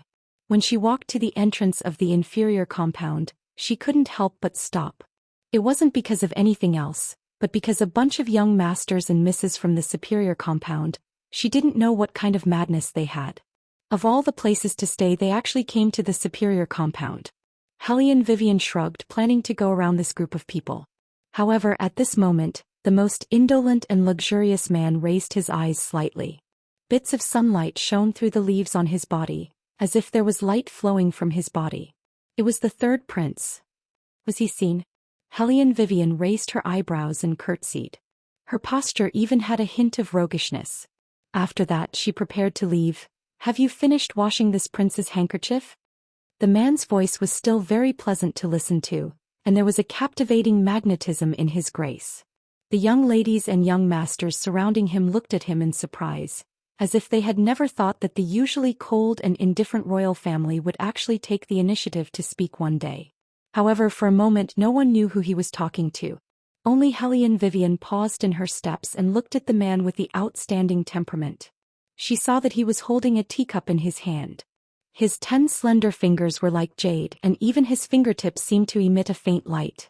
His eyes didn't look at her. Instead, he lightly turned the teacup, and his voice was as indifferent as snow. Hellion Vivian curved her lips into a smile. Even when facing such a powerful third prince, she didn't show the slightest bit of panic. I finished washing it, but the wind was strong last night. I don't know where it was blown to. He was lying. Last night she had sold that handkerchief to a merchant. Something that had been used by the royal family was originally a publicity stunt. However, she wasn't stupid enough to tell the owner of the handkerchief the truth. It was blown away by the wind?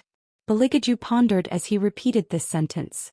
Then the hand that was turning the teacup paused and he ordered Eunuch's son, who was waiting at the side, "Go get the item and let her see it." I'll go right away." Eunuch's son accepted the order and walked out of the pavilion.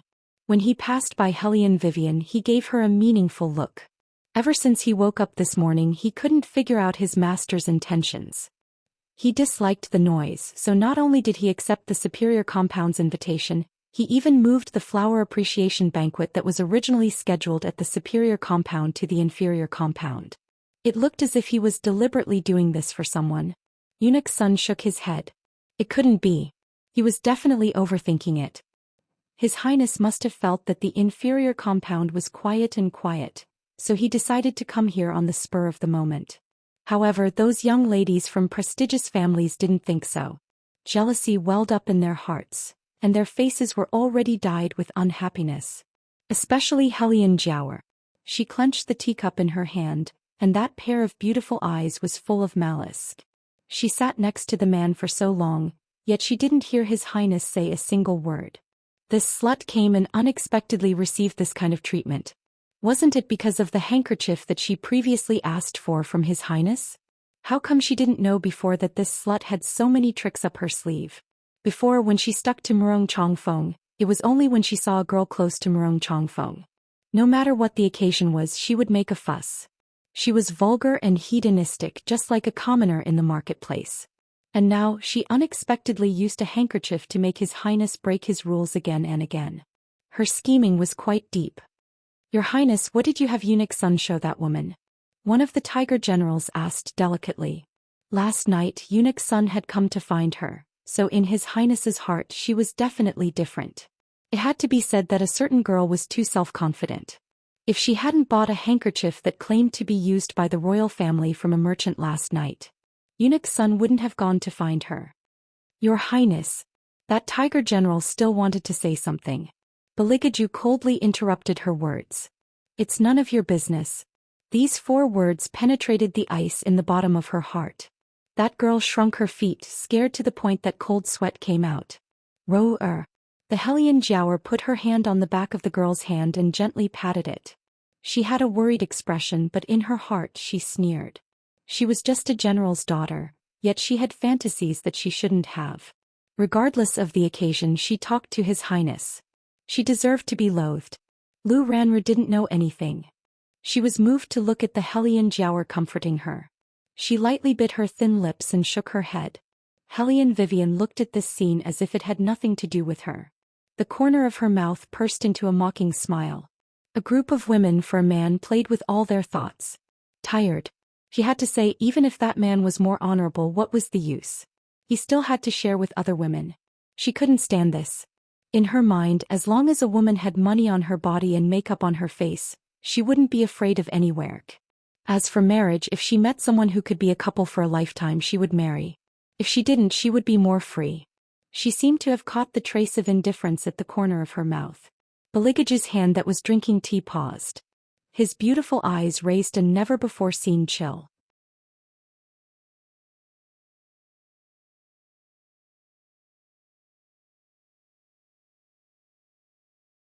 Chapter 83. This woman had been watching the play from beginning to end. As she was watching him, Beligaju, as if he was a play. Only such a reckless little thing like this could do that. "Your Highness." As soon as Eunuch's son came back, he saw Beligaju's cold expression. His heart thumped. Which blind person had provoked his master this time? Beligaju faintly hummed. His silver mask showed a chilling indifference. Let her see for herself. Yes. Eunuch's son held the wooden box and walked in front of Hellion Vivian. When Hellion Vivian saw the thing in the wooden box, her outstretched neck stiffened. This was the handkerchief that she sold this morning? It couldn't be. Her luck was so bad that she was caught in the act. Hellion Vivian thought that her work was watertight. She even chose a shop at the foot of the mountain to carry out the transaction so that no one would know. What's wrong? Bailey Jiaju stood up from the stone bench and unhurriedly straightened out his cuff. He looked at her from a high position. His laziness carried an ice-cold aura. It's only been a day, yet you don't recognize this handkerchief that was blown away by the wind? Hellion Vivian cursed in her heart. This man was definitely doing it on purpose. What did he mean by blown away by the wind? He obviously knew that she had sold the handkerchief, so he came to find trouble with her. However, how did this man know that she had sold the handkerchief and even caught her in the act? Could it be that this was the so-called unlucky start? She had never made this kind of mistake when she was carrying out a task before. Baligaju saw her standing there honestly, no longer prickling. She hung her head dejectedly with a tangled appearance. It was like Shao Qi who had been scolded by her imperial grandfather. On the surface she was respectful, but he didn't know what she was thinking in her heart. She was like a cunning little fox. First she let you touch her head, then she extended her claws to scratch you. She was really a disobedient pet. If he didn't beat her claws she wouldn't know her place.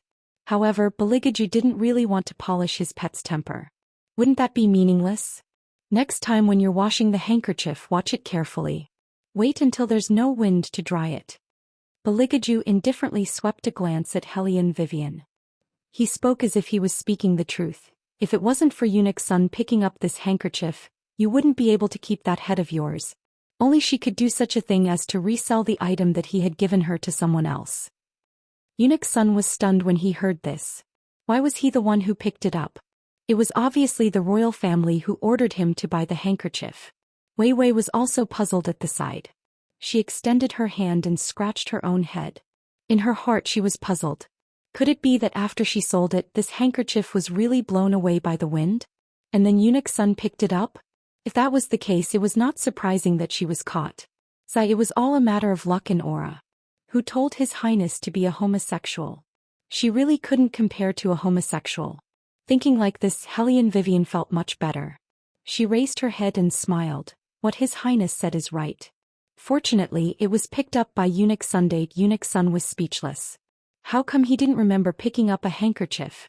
How come this Hellion family's eldest daughter could lie without blushing or skipping a beat compared to His Highness? Wait a minute, did His Highness just smile? Eunuch Sun rubbed his eyes with all his strength. When he wanted to look a bit more carefully, Baligaju had already recovered his usual cold and indifferent attitude.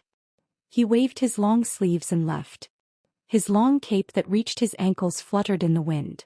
No matter how one looked at it, he looked like a deity who was the focus of attention. There was a world of difference between him and the abandoned Hellion Vivian. Third prince left. The remaining people naturally followed suit and stood up. When she passed by Hellion Vivian, the Hellion Jiaoer lowered her tone. Her voice was full of malice. Hellion Vivian, I advise you to be a bit more well-behaved. Don't have any thoughts you shouldn't have. Otherwise, not only can I have people expel you from the family, I can also make you lose everything. Facing this kind of Hellion Jiaoer, Hellion Vivian only smiled evilly. She didn't even lift her eyelids. The Hellion Jiaoer saw this and gnashed her teeth, but didn't say anything more. Because this was in front of people, she absolutely couldn't reveal any expression that didn't conform to her image. She quickly put on a gentle smile and softly instructed, Eldest sister, although you are no longer a member of the Hellion family, we are still sisters. If you have any difficulties, you can come find me at any time. The Hellion Jiaoer's words were completely meant for Baligaju to hear. Everyone knew that the royal family liked pure and magnanimous women. She said this to at least leave a good impression on His Highness.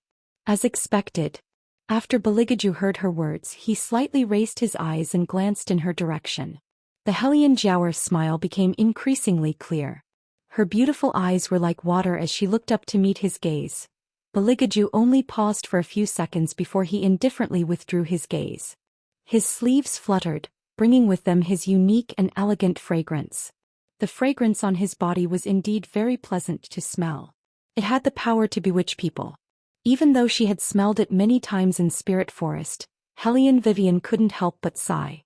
This was truly a man that could easily move the hearts of young girls. However, these young girls didn't include her. So when the Hellion Jiaoer showed off her self-satisfaction, She didn't take her seriously at all. Zhe, who hadn't spoken a single word from beginning to end, walked over with a strong aura. When he brushed past her, the corners of his mouth slightly rose. Hellion Vivian calmly stroked the white cat on her shoulder. She looked as if she didn't recognize the second young master of the He family. "Ah, it's getting more and more interesting." Zhe's inexplicable words made the other young masters of the noble families look at him. "What's getting more and more interesting?" "It's nothing." Zhe walked forward without taking his eyes off her.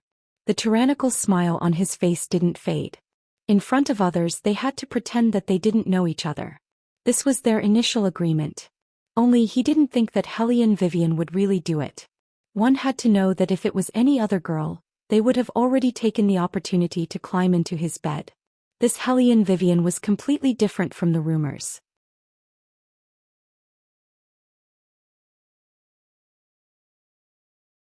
Chapter 84. From then on, the news that He family's second young master wanted to marry Hellion Vivian spread throughout the entire White Academy in just one day's time. It was said that after Old Man He heard that He family's second young master had this kind of idea, he was so angry that he almost drove his most beloved grandson out of the family.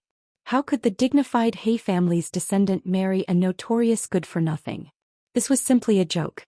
"Your Highness, you don't know, but this academy has started to stir up trouble." While Eunuch's son talked about the gossip he heard, he shook his head. "You tell me, what kind of ability does that Hellion family's young lady have in the end? She's so dark and swarthy, why would young Master Zhe take a fancy to her?" "Pa." The black chess piece fell on the chessboard with a crisp sound. Beligaju flicked his sleeves and stood up. His tall and straight back was as straight as a pine tree in Song Mountain. His indifference made people feel no warmth at all. Eunuch's son was dumbstruck. His hand that was pouring tea froze in midair. Just now His Highness was angry? Why? Eunuch's son started to recall what he did wrong again. Could it be that it was because he took the superior compound's invitation without permission? That's not right, His Highness clearly also agreed to go. Then what else was there? Eunuch's son racked his brains but still couldn't figure out the problem. Nangong Lai, who was nestled outside the academy, laughed evilly. Someone actually didn't open their eyes and touch the pet he's recently been interested in. I really want to end this quickly and go back to see what he'll do. Senior priest, who are you talking about? The minister looked puzzledly at the genius priest who was in the middle of a divination and slightly raised his eyebrows. Can it be that if we find him we can solve this drought? Nangong Lai heavily coughed twice. Only now did he remember that he was still in the middle of a divine prophecy. He waved his hand and continued to chant. In the inferior compound's ancestral hall, Hellion Vivian was as usual. As usual, she was lying on the wooden table and fiddling with those armament components.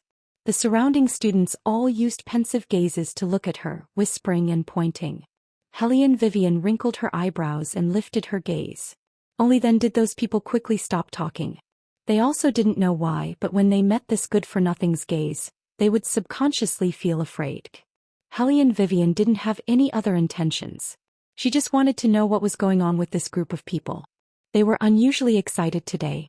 But before she could ask, someone came in from outside and said that the third prince wanted to use a handkerchief. The one that had been blown away by the wind should have been washed. Hellion Vivian understood that people with mysophobia had a sense of ownership over their personal belongings. Therefore this time Hellion Vivian didn't sell the handkerchief. After earnestly washing it, she took the handkerchief and followed an ing to the superior compound. The winter bamboos were faint, the green orioles were chirping and the fog was rising. Under the arch bridge carved from white jade, there was a pool of spring water. In this kind of weather not only did it not emit any coldness, it was actually hot.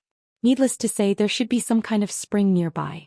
As expected, the third prince was a person who knew how to enjoy life. His Highness just entered the palace to accompany the retired emperor and drank a bit of wine. Right now he's still resting inside. Miss Hellion should eat some pastries first. I'll go report right away. An ing placed Hellion Vivian on a carved sandalwood chair in the outer room. Next to the chair was a small wooden table. On the wooden table were all kinds of pastries and nuts. The arrangement was very delicate and pleasing, yet there was no sign that anyone had touched them. Next to the fruit platter was a purple clay teapot. The handle of the teapot was carved with a lotus. The workmanship was very particular. Under the teapot was a small heater. The fire in the heater wasn't very big, just enough to keep the temperature of the water hot. Hellion Vivian just happened to be hungry. She also didn't hold back and picked up the pastries to eat. She could even faintly hear the sound of movement inside. Let her in. That voice seemed to carry its own reverberation. Even the tone of voice was hoarse and deep, extremely sexy. Yes, Your Highness. And Ing brought Hellion Vivian inside. Separated by a faintly discernible sand curtain, he outlined a clear and cold line. Come here. Baligaju seemed to be sitting on the ground. He was wearing an ancient black nightgown. Half of his clothes were open, and half of his long black curly hair hung down, messily draped on both sides of his head. This was the scene that Hellion Vivian saw when she walked in. The high and mighty third prince was really sitting on the brown floor. His back was leaning against the wooden bed. His two long legs were casually bent and his arms were resting on his knees. Even if it was a somewhat powerful posture, it still carried a bit of casual elegance when done by him. After hearing the sound, he glanced in her direction. There was a hint of alcohol in his long and narrow phoenix eyes. His thin lips opened and closed as if he was chewing something. From the corner of his eyes, he caught a glimpse of Hellion Vivian's puzzled expression. Baligaju casually took out a piece of unopened candied melon from his robe and threw it to her. His tone was indifferent as he said, "Eat." So he was eating candied melon. But Hellion Vivian looked at the thing in her palm and then looked at the man who was tugging at his collar.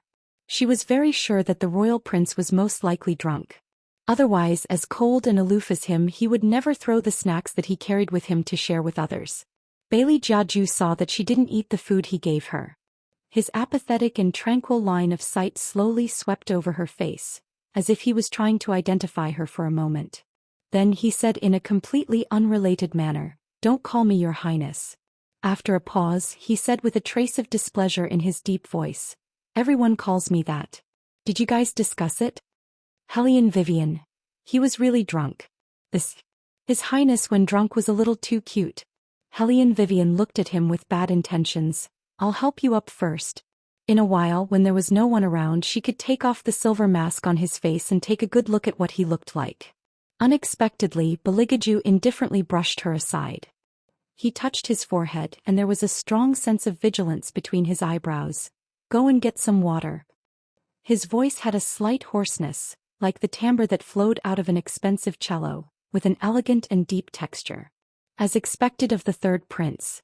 Even if he was drunk, he would not be manipulated by anyone. Even the aura of a superior that he was born with was becoming more and more obvious. He would definitely not be careless when ordering people around.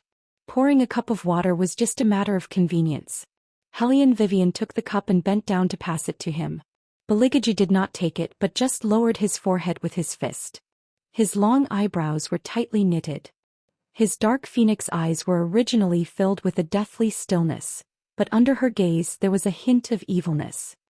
He looked at her with faint curiosity. "Who are you? Why are you so obedient?" Hellion Vivian. She had been so busy but he still didn't know who she was. Should she say that the third prince was too noble and forgetful, or should she say that he drank too much and lost consciousness? No matter what, the handkerchief had been given and the water had been poured. It was time for her to leave. But she did not expect that when Hellion Vivian wanted to get up, her wrist was caught in his palm.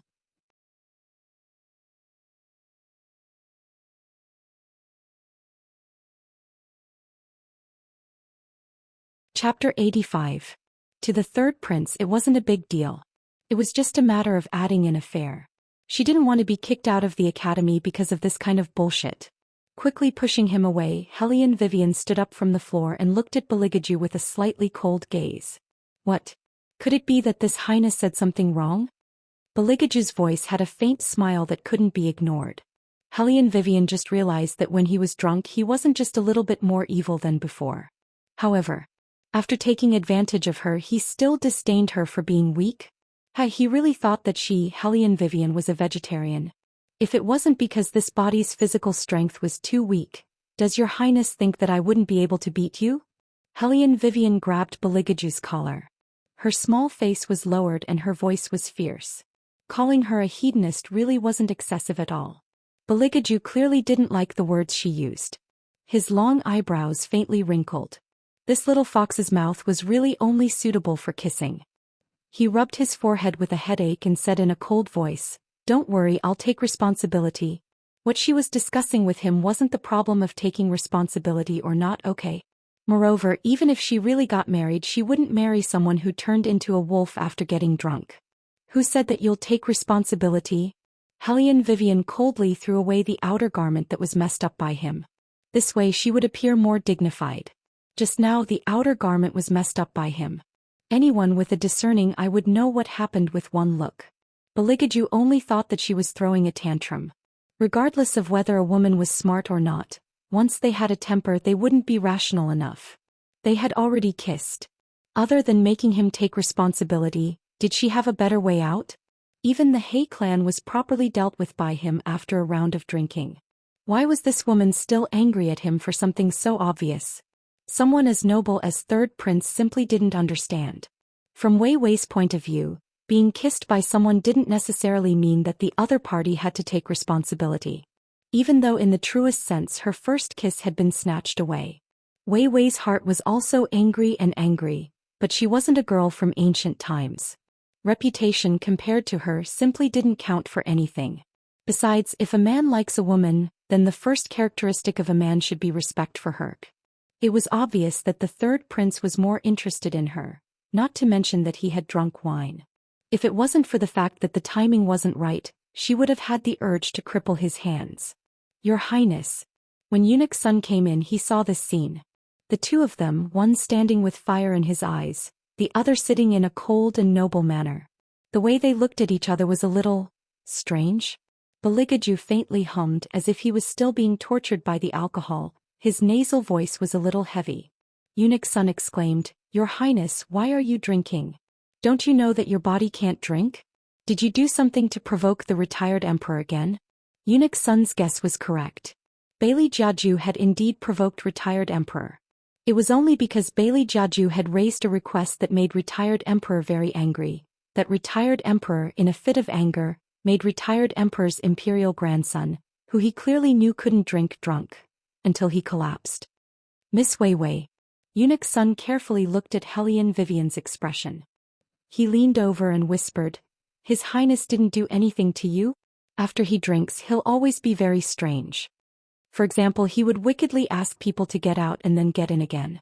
In short, he wasn't like his usual master at all."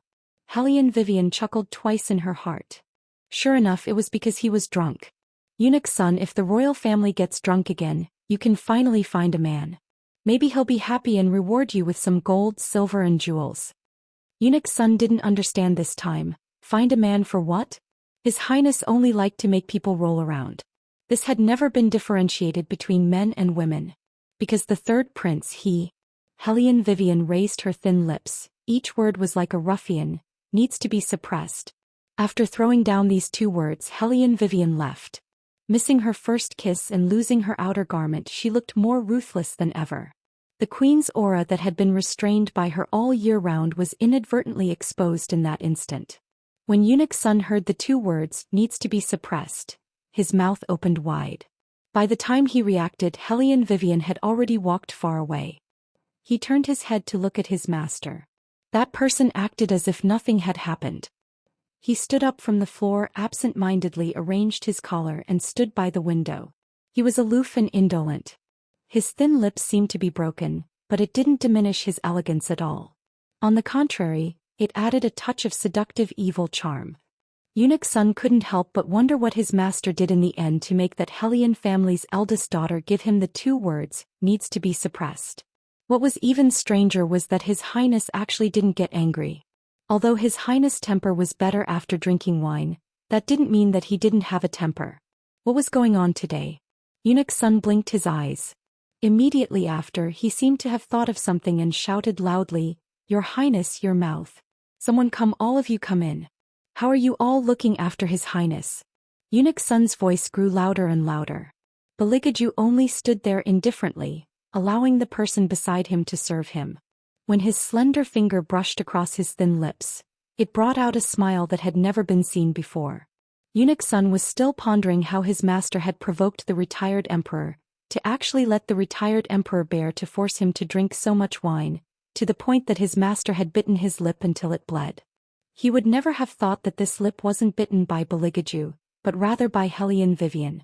That was because in Eunuch Sun's memories his master had never even looked at a girl, let alone taking the initiative to kiss someone.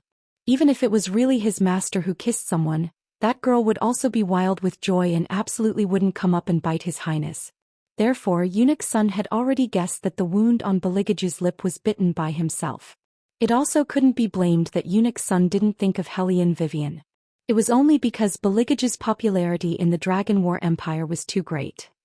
Practically all of the noble young ladies wouldn't refuse this godlike existence of a man. Dusk, west side of the academy. Hellion Vivian played with the armament component in her hand and suddenly heavily wiped the corner of her lower lip. This made Jizun, who was sitting at the side, raise his eyebrows in astonishment. This was the first time he saw this girl so impetuous. As if she was aware of her own impetuousness, Hellion Vivian heavily closed her eyes. When she opened them again they were full of clarity. "Master, what did you just say? Can you say it again?" Jizun heavily coughed twice. "Master received news from the palace today. The consort selection is estimated to be brought forward. Originally, the retired emperor wanted to see the results after the martial chi competition, but now the palace is a bit busy. In addition, he also has a satisfactory candidate in his heart, which is your younger sister. In the evening he will come to White Academy to confirm his future granddaughter-in-law. You are also a selected beauty, so you still have to go eat a banquet."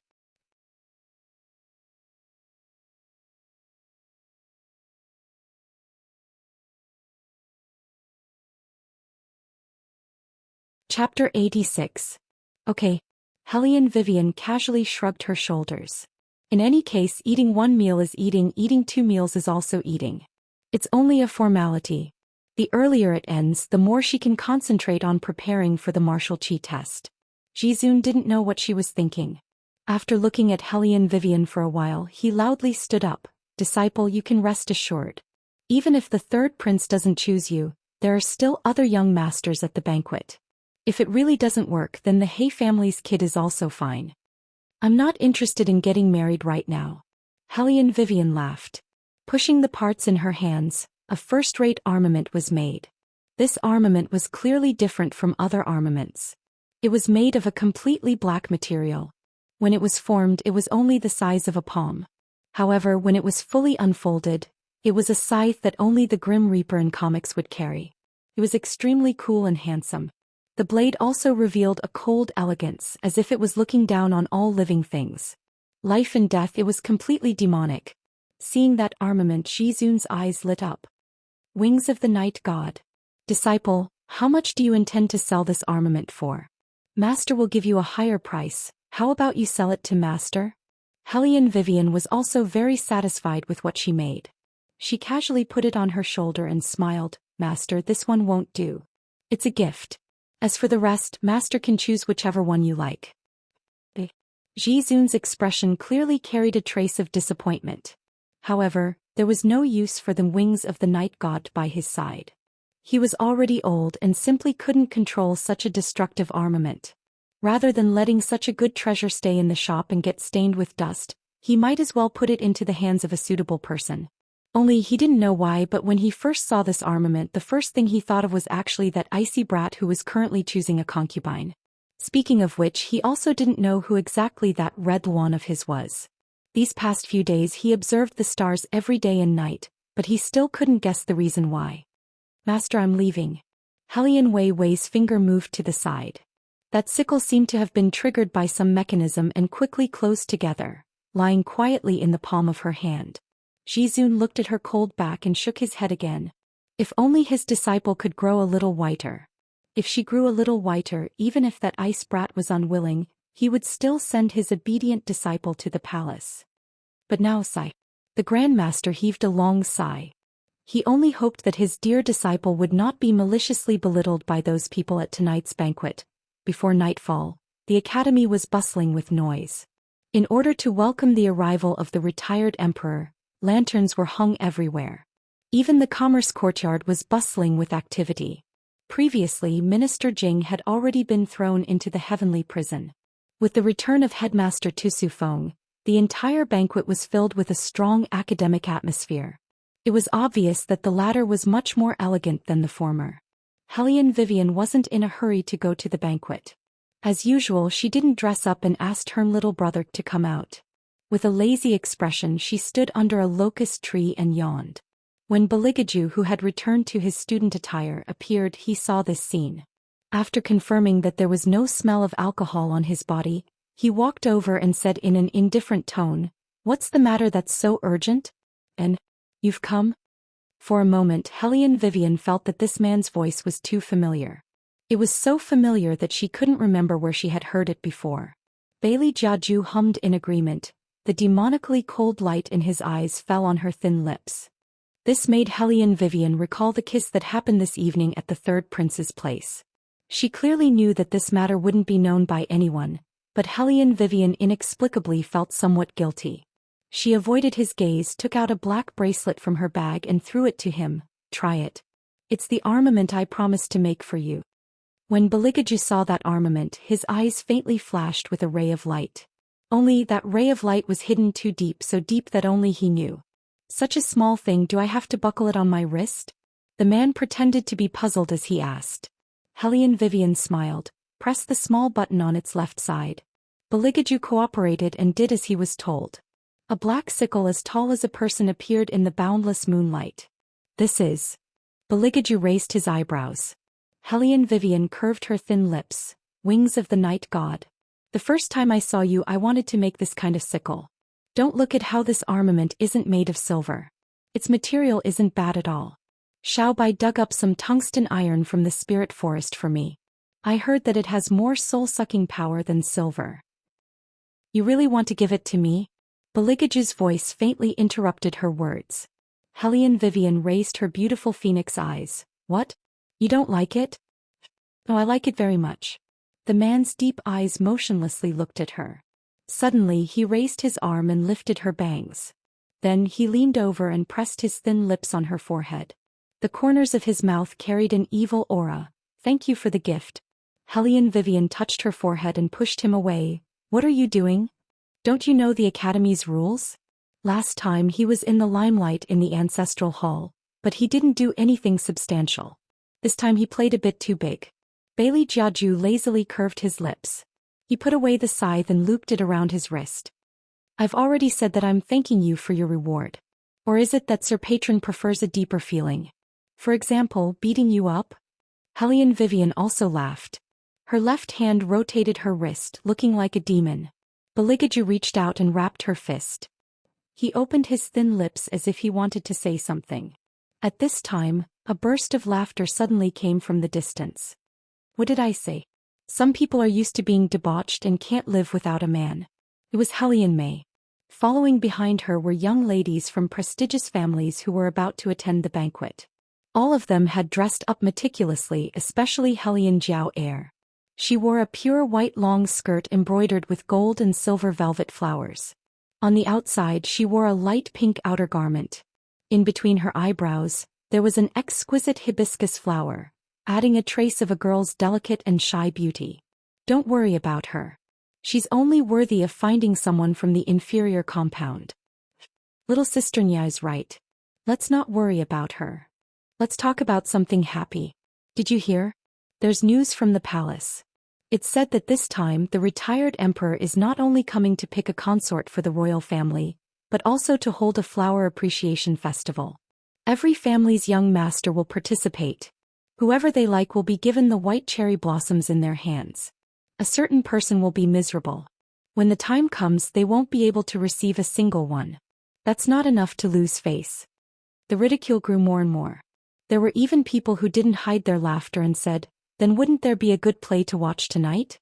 I still remember last year's Flower Appreciation Festival. A certain person gave us a unique joke, hee hee hee.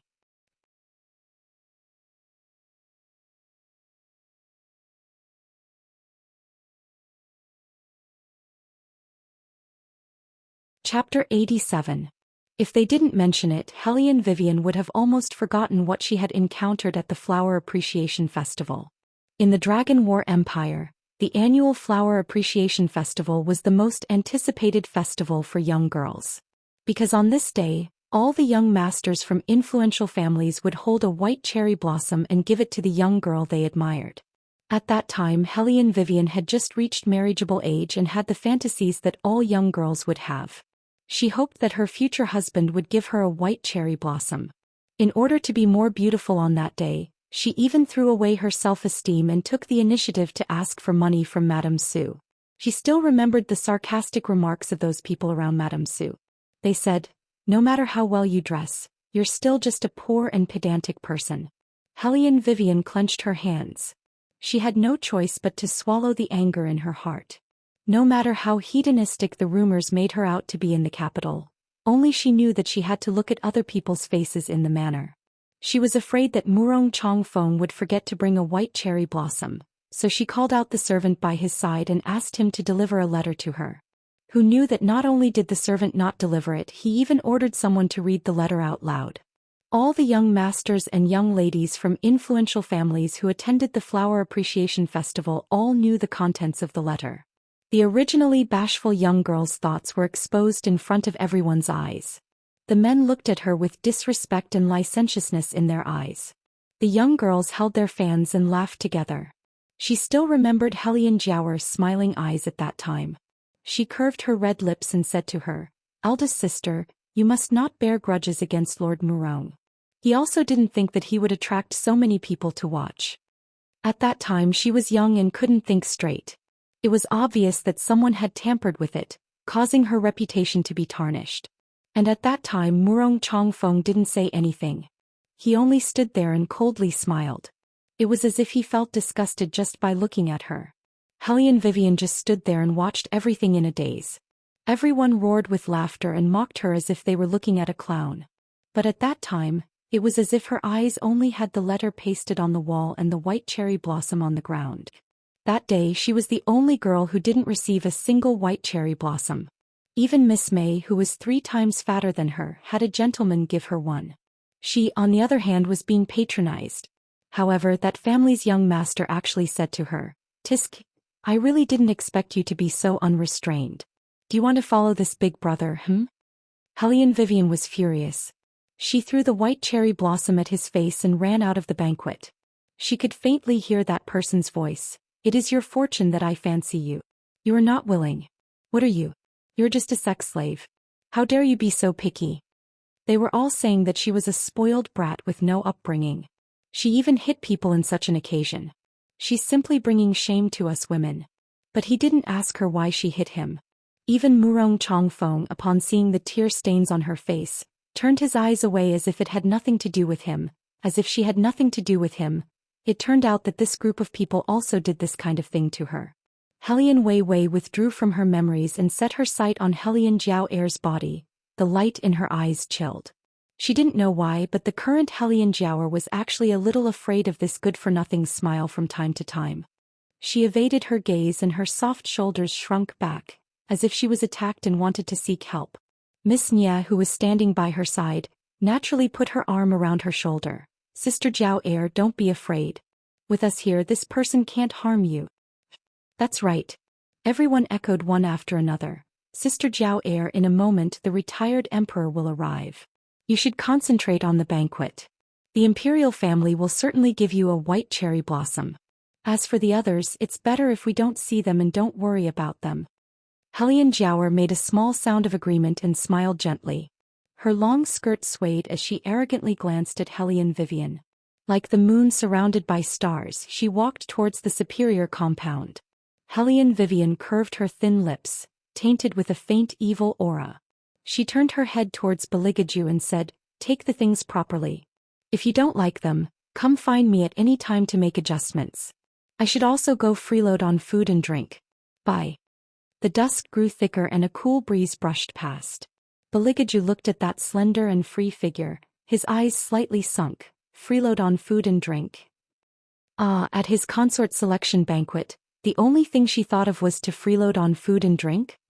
"Master, just now that woman gave you an armament." As early as when Hellion Vivian gave the item to Beligaju, The fire Qilin seemed to have felt something and immediately used the conveyor belt to transport himself over from Spirit Forest. However, he was hidden in the darkness and didn't say anything. Baligaju knew what he wanted to say. His tone was indifferent. Attack power level 10 or above, soul-absorbing power as high as 100%. I'm afraid it would be difficult to find a second one in this world. The fire Qilin's mouth twitched twice. Since you already know, why were you still pretending? What, thanking his patron for his reward? His entire beast body was charred on the outside and tender on the inside. In a moment I'm going to choose a consort. You don't need to follow. It'll be troublesome if someone sees you. Bailey Jiaju unhurriedly issued the order. He took 2 steps forward and said in a low voice, Shadow. This subordinate is here. Shadow flashed and respectfully knelt on the ground. Baligaju's voice was indifferent. What happened at last year's flower appreciation banquet? Shadow was stunned. Didn't His Highness never care about this kind of thing? Every year at the flower appreciation banquet he would sleep through it. Don't even talk about giving people white cherry blossoms. When he arrived at the banquet he would sit high and mighty on the chaise lounge, not even bothering to open his eyes. He wasn't like the high priest who liked to run into the crowd to join in on the fun. However, since Baligaju asked, he still dutifully told him what he had seen and heard. It was inevitable that he would mention Hellion Vivian. The more Baligaju listened, the colder his eyes became.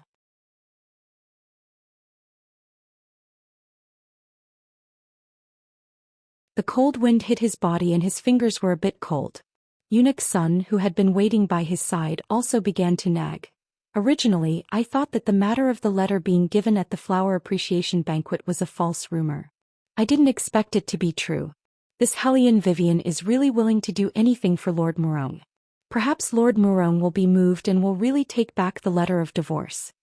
Baligaju didn't speak. He seemed to be indifferent. One of his hands loosened his collar and the other hand lazily hung by his side. His eyes overflowed with a trace of coldness like splashed ink. Looked like he was smiling. But those who were familiar with him knew that he wasn't smiling. Instead, third brother? Little bald-head 7th prince, who understood him, cutely raised his head from the pile of meat buns. What happened to third brother? Why was he suddenly so angry? He had only obediently eaten a meat bun because third brother said that if he continued to eat, he wouldn't be able to become a handsome man. He would only become a big fatty. Hellion Jiawer also observed Baligaju's expression. Her eyes were half closed and a trace of deep satisfaction flashed through her eyes. After this incident, that slut's image in the eyes of the royal family definitely wouldn't have any. She knew better than anyone how much this man loathed women who didn't know how to behave, let alone take the initiative to send a letter at the flower appreciation banquet. Didn't that little slut always want to attract the attention of the royal family? Then she would let her get what she wanted. She wanted to see how that little slut would clean up this mess. Lord Murong, are you really going to forgive this woman? At this time, a rascally-looking young master walked over and looked ambiguously at Hellion Vivian. She's even more licentious than you think. You don't know what happened last year. When she saw that you didn't give her any cherry blossoms, she directly stuck to this young master. This young master thought that she was ugly and said a few words to her. But she was good and threw a punch at me. She's so thick-skinned that she can be. Bang. Before that person could finish speaking, Hellion Vivian had already made her move. She just stood there with a smile on her face and asked like a demon, "Does it hurt a lot?" That person didn't expect her to be so bold. He covered his face and tried to stand up. Bang. Another fierce punch. Hellion Vivian's fingers grabbed his collar and her red phoenix eyes slightly raised. Come, repeat what you just said. If you say anything wrong, my fist won't be happy. As if he was frightened by Hellion Vivian's aura, that person kept retreating, trying to escape her control. But his legs seemed to be filled with lead. He couldn't move no matter how hard he tried. What was going on? He couldn't use his own martial chi. Hellion Vivian was still smiling. Say it, Bang. The third punch landed firmly on that person's abdomen. That person spat out a mouthful of blood and his face turned green. He was in so much pain that he shouted, someone come. Someone wants to kill me. Hellion Vivian. Hellion May was the first to speak. But Hellion Vivian raised her eyebrows and intimidated her. Hellion May, you shut up. I'm telling you, whoever stops me from beating this bastard, I'll drink their blood and take their life. Hellion May's limbs suddenly stiffened. Here it comes again. She seemed to see the silver hair hanging behind that slut again. What was that? Was it a ghost? Say it. Hellion Vivian leaned over and locked her fingers on that person's wrist. She smiled evilly and exerted force.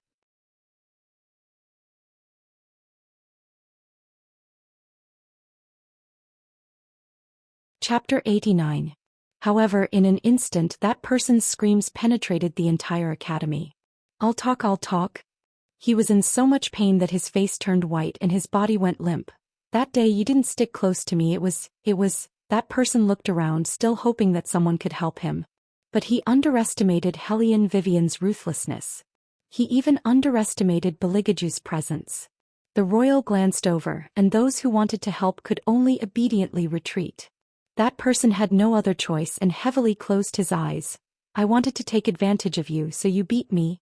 Hearing this, everyone was in an uproar. Looking at Hellion Vivian, the light in their eyes was different from before. Even Murong Chongfeng's eyes flashed with a trace of astonishment.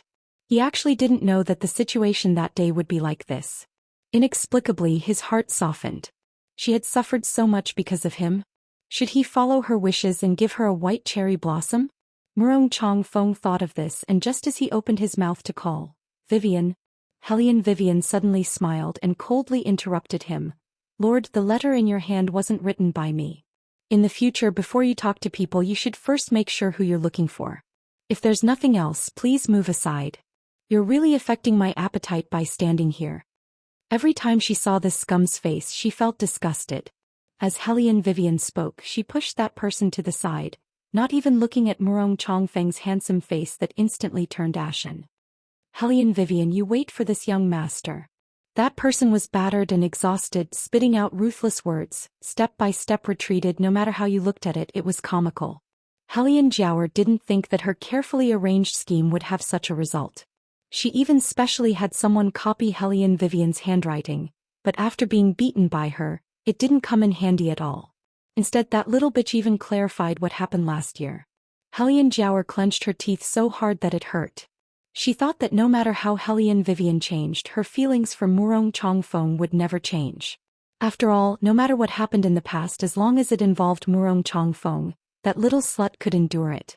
But now, if it wasn't for the fact that her face was still the same as before, Hellion Jiaoer would have suspected that Hellion Vivian was a completely different person. This Hellion family's young lady is really ruthless when she hits people. Eunuch Sun patted his own chest. My heart is trembling along with her. Beligaju faintly hummed in acknowledgement. Looking at the ruthless and ruffian figure not far away, a trace of a smile seemed to flash across his eyes. Eunuch Sun blinked. Was it his imagination? Why did he feel that his master's mood seemed to be better than before? Hellion Vivian, don't regret it. On the other side, it seemed like a long time had passed before Murong Chongfeng found his own voice. He fiercely waved his sleeves. Because of his excessive anger, his jawline was taut. That pair of deep eyes seemed to have been cut open, unexpectedly bringing out a sense of loss. He probably didn't expect that she really didn't like him anymore. He always thought that her behavior during this period of time was merely to play hard to get. But after listening to her words today, Murong Chongfeng realized that she was mocking him. In the past, it was clear that wherever he went, that pair of eyes filled with adoration would follow. Now that it was gone, Murong Chongfeng not only didn't relax like he imagined, but instead felt that there was a large stone pressing down on his chest, making it hard for him to breathe. Some of the aristocratic family's young misses who adored Murong Chongfeng couldn't bear to watch anymore. They said sourly, "Who does she think she is? She's just a waste." The retired emperor looked at this scene and nodded in satisfaction. Then his gaze fell on that icy fellow who had an indifferent expression from beginning to end. He blew on his beard in anger. Tu Sufeng, who was standing beside him, naturally knew what the retired emperor was thinking. He gently and elegantly reminded from the side. "Look, shouldn't we let them continue to give flowers?" This official just took a look. Many of the young master's white cherry blossoms were not given out. "Continue, of course, continue." The retired emperor straightened his expression and said to Beligaju, "Lawson, you also choose one." In an instant, everyone's gaze focused on Beligaju. After all, every year the imperial family had never given anyone a white cherry blossom. Now that the retired emperor had requested it, he had no choice but to give one out. In other words, this was the result of the imperial consort selection. As if she had anticipated that he would choose her, Hellion Jiao Heir's pair of eyes were brimming with tears as her cheeks were stained with a light red color.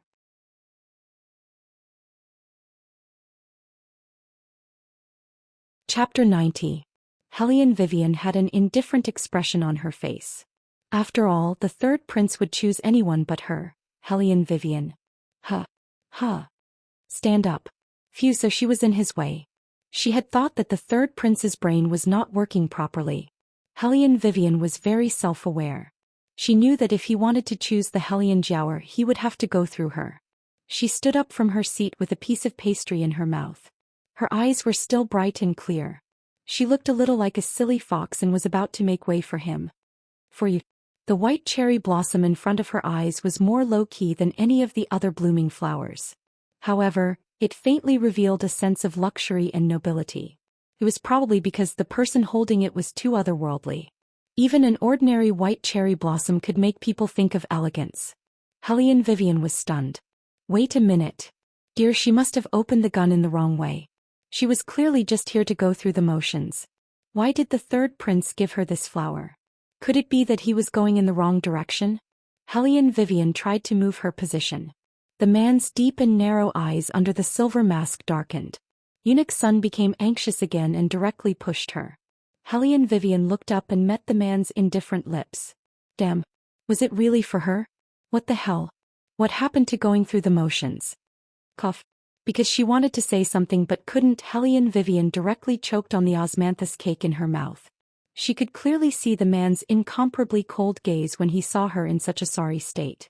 What did the third prince mean? Did he dislike her? He disliked her and even gave her a flower. Lao San, the Emperor Emeritus's expression completely changed when Beligaju stopped in front of Hellion Vivian. Beligaju didn't change.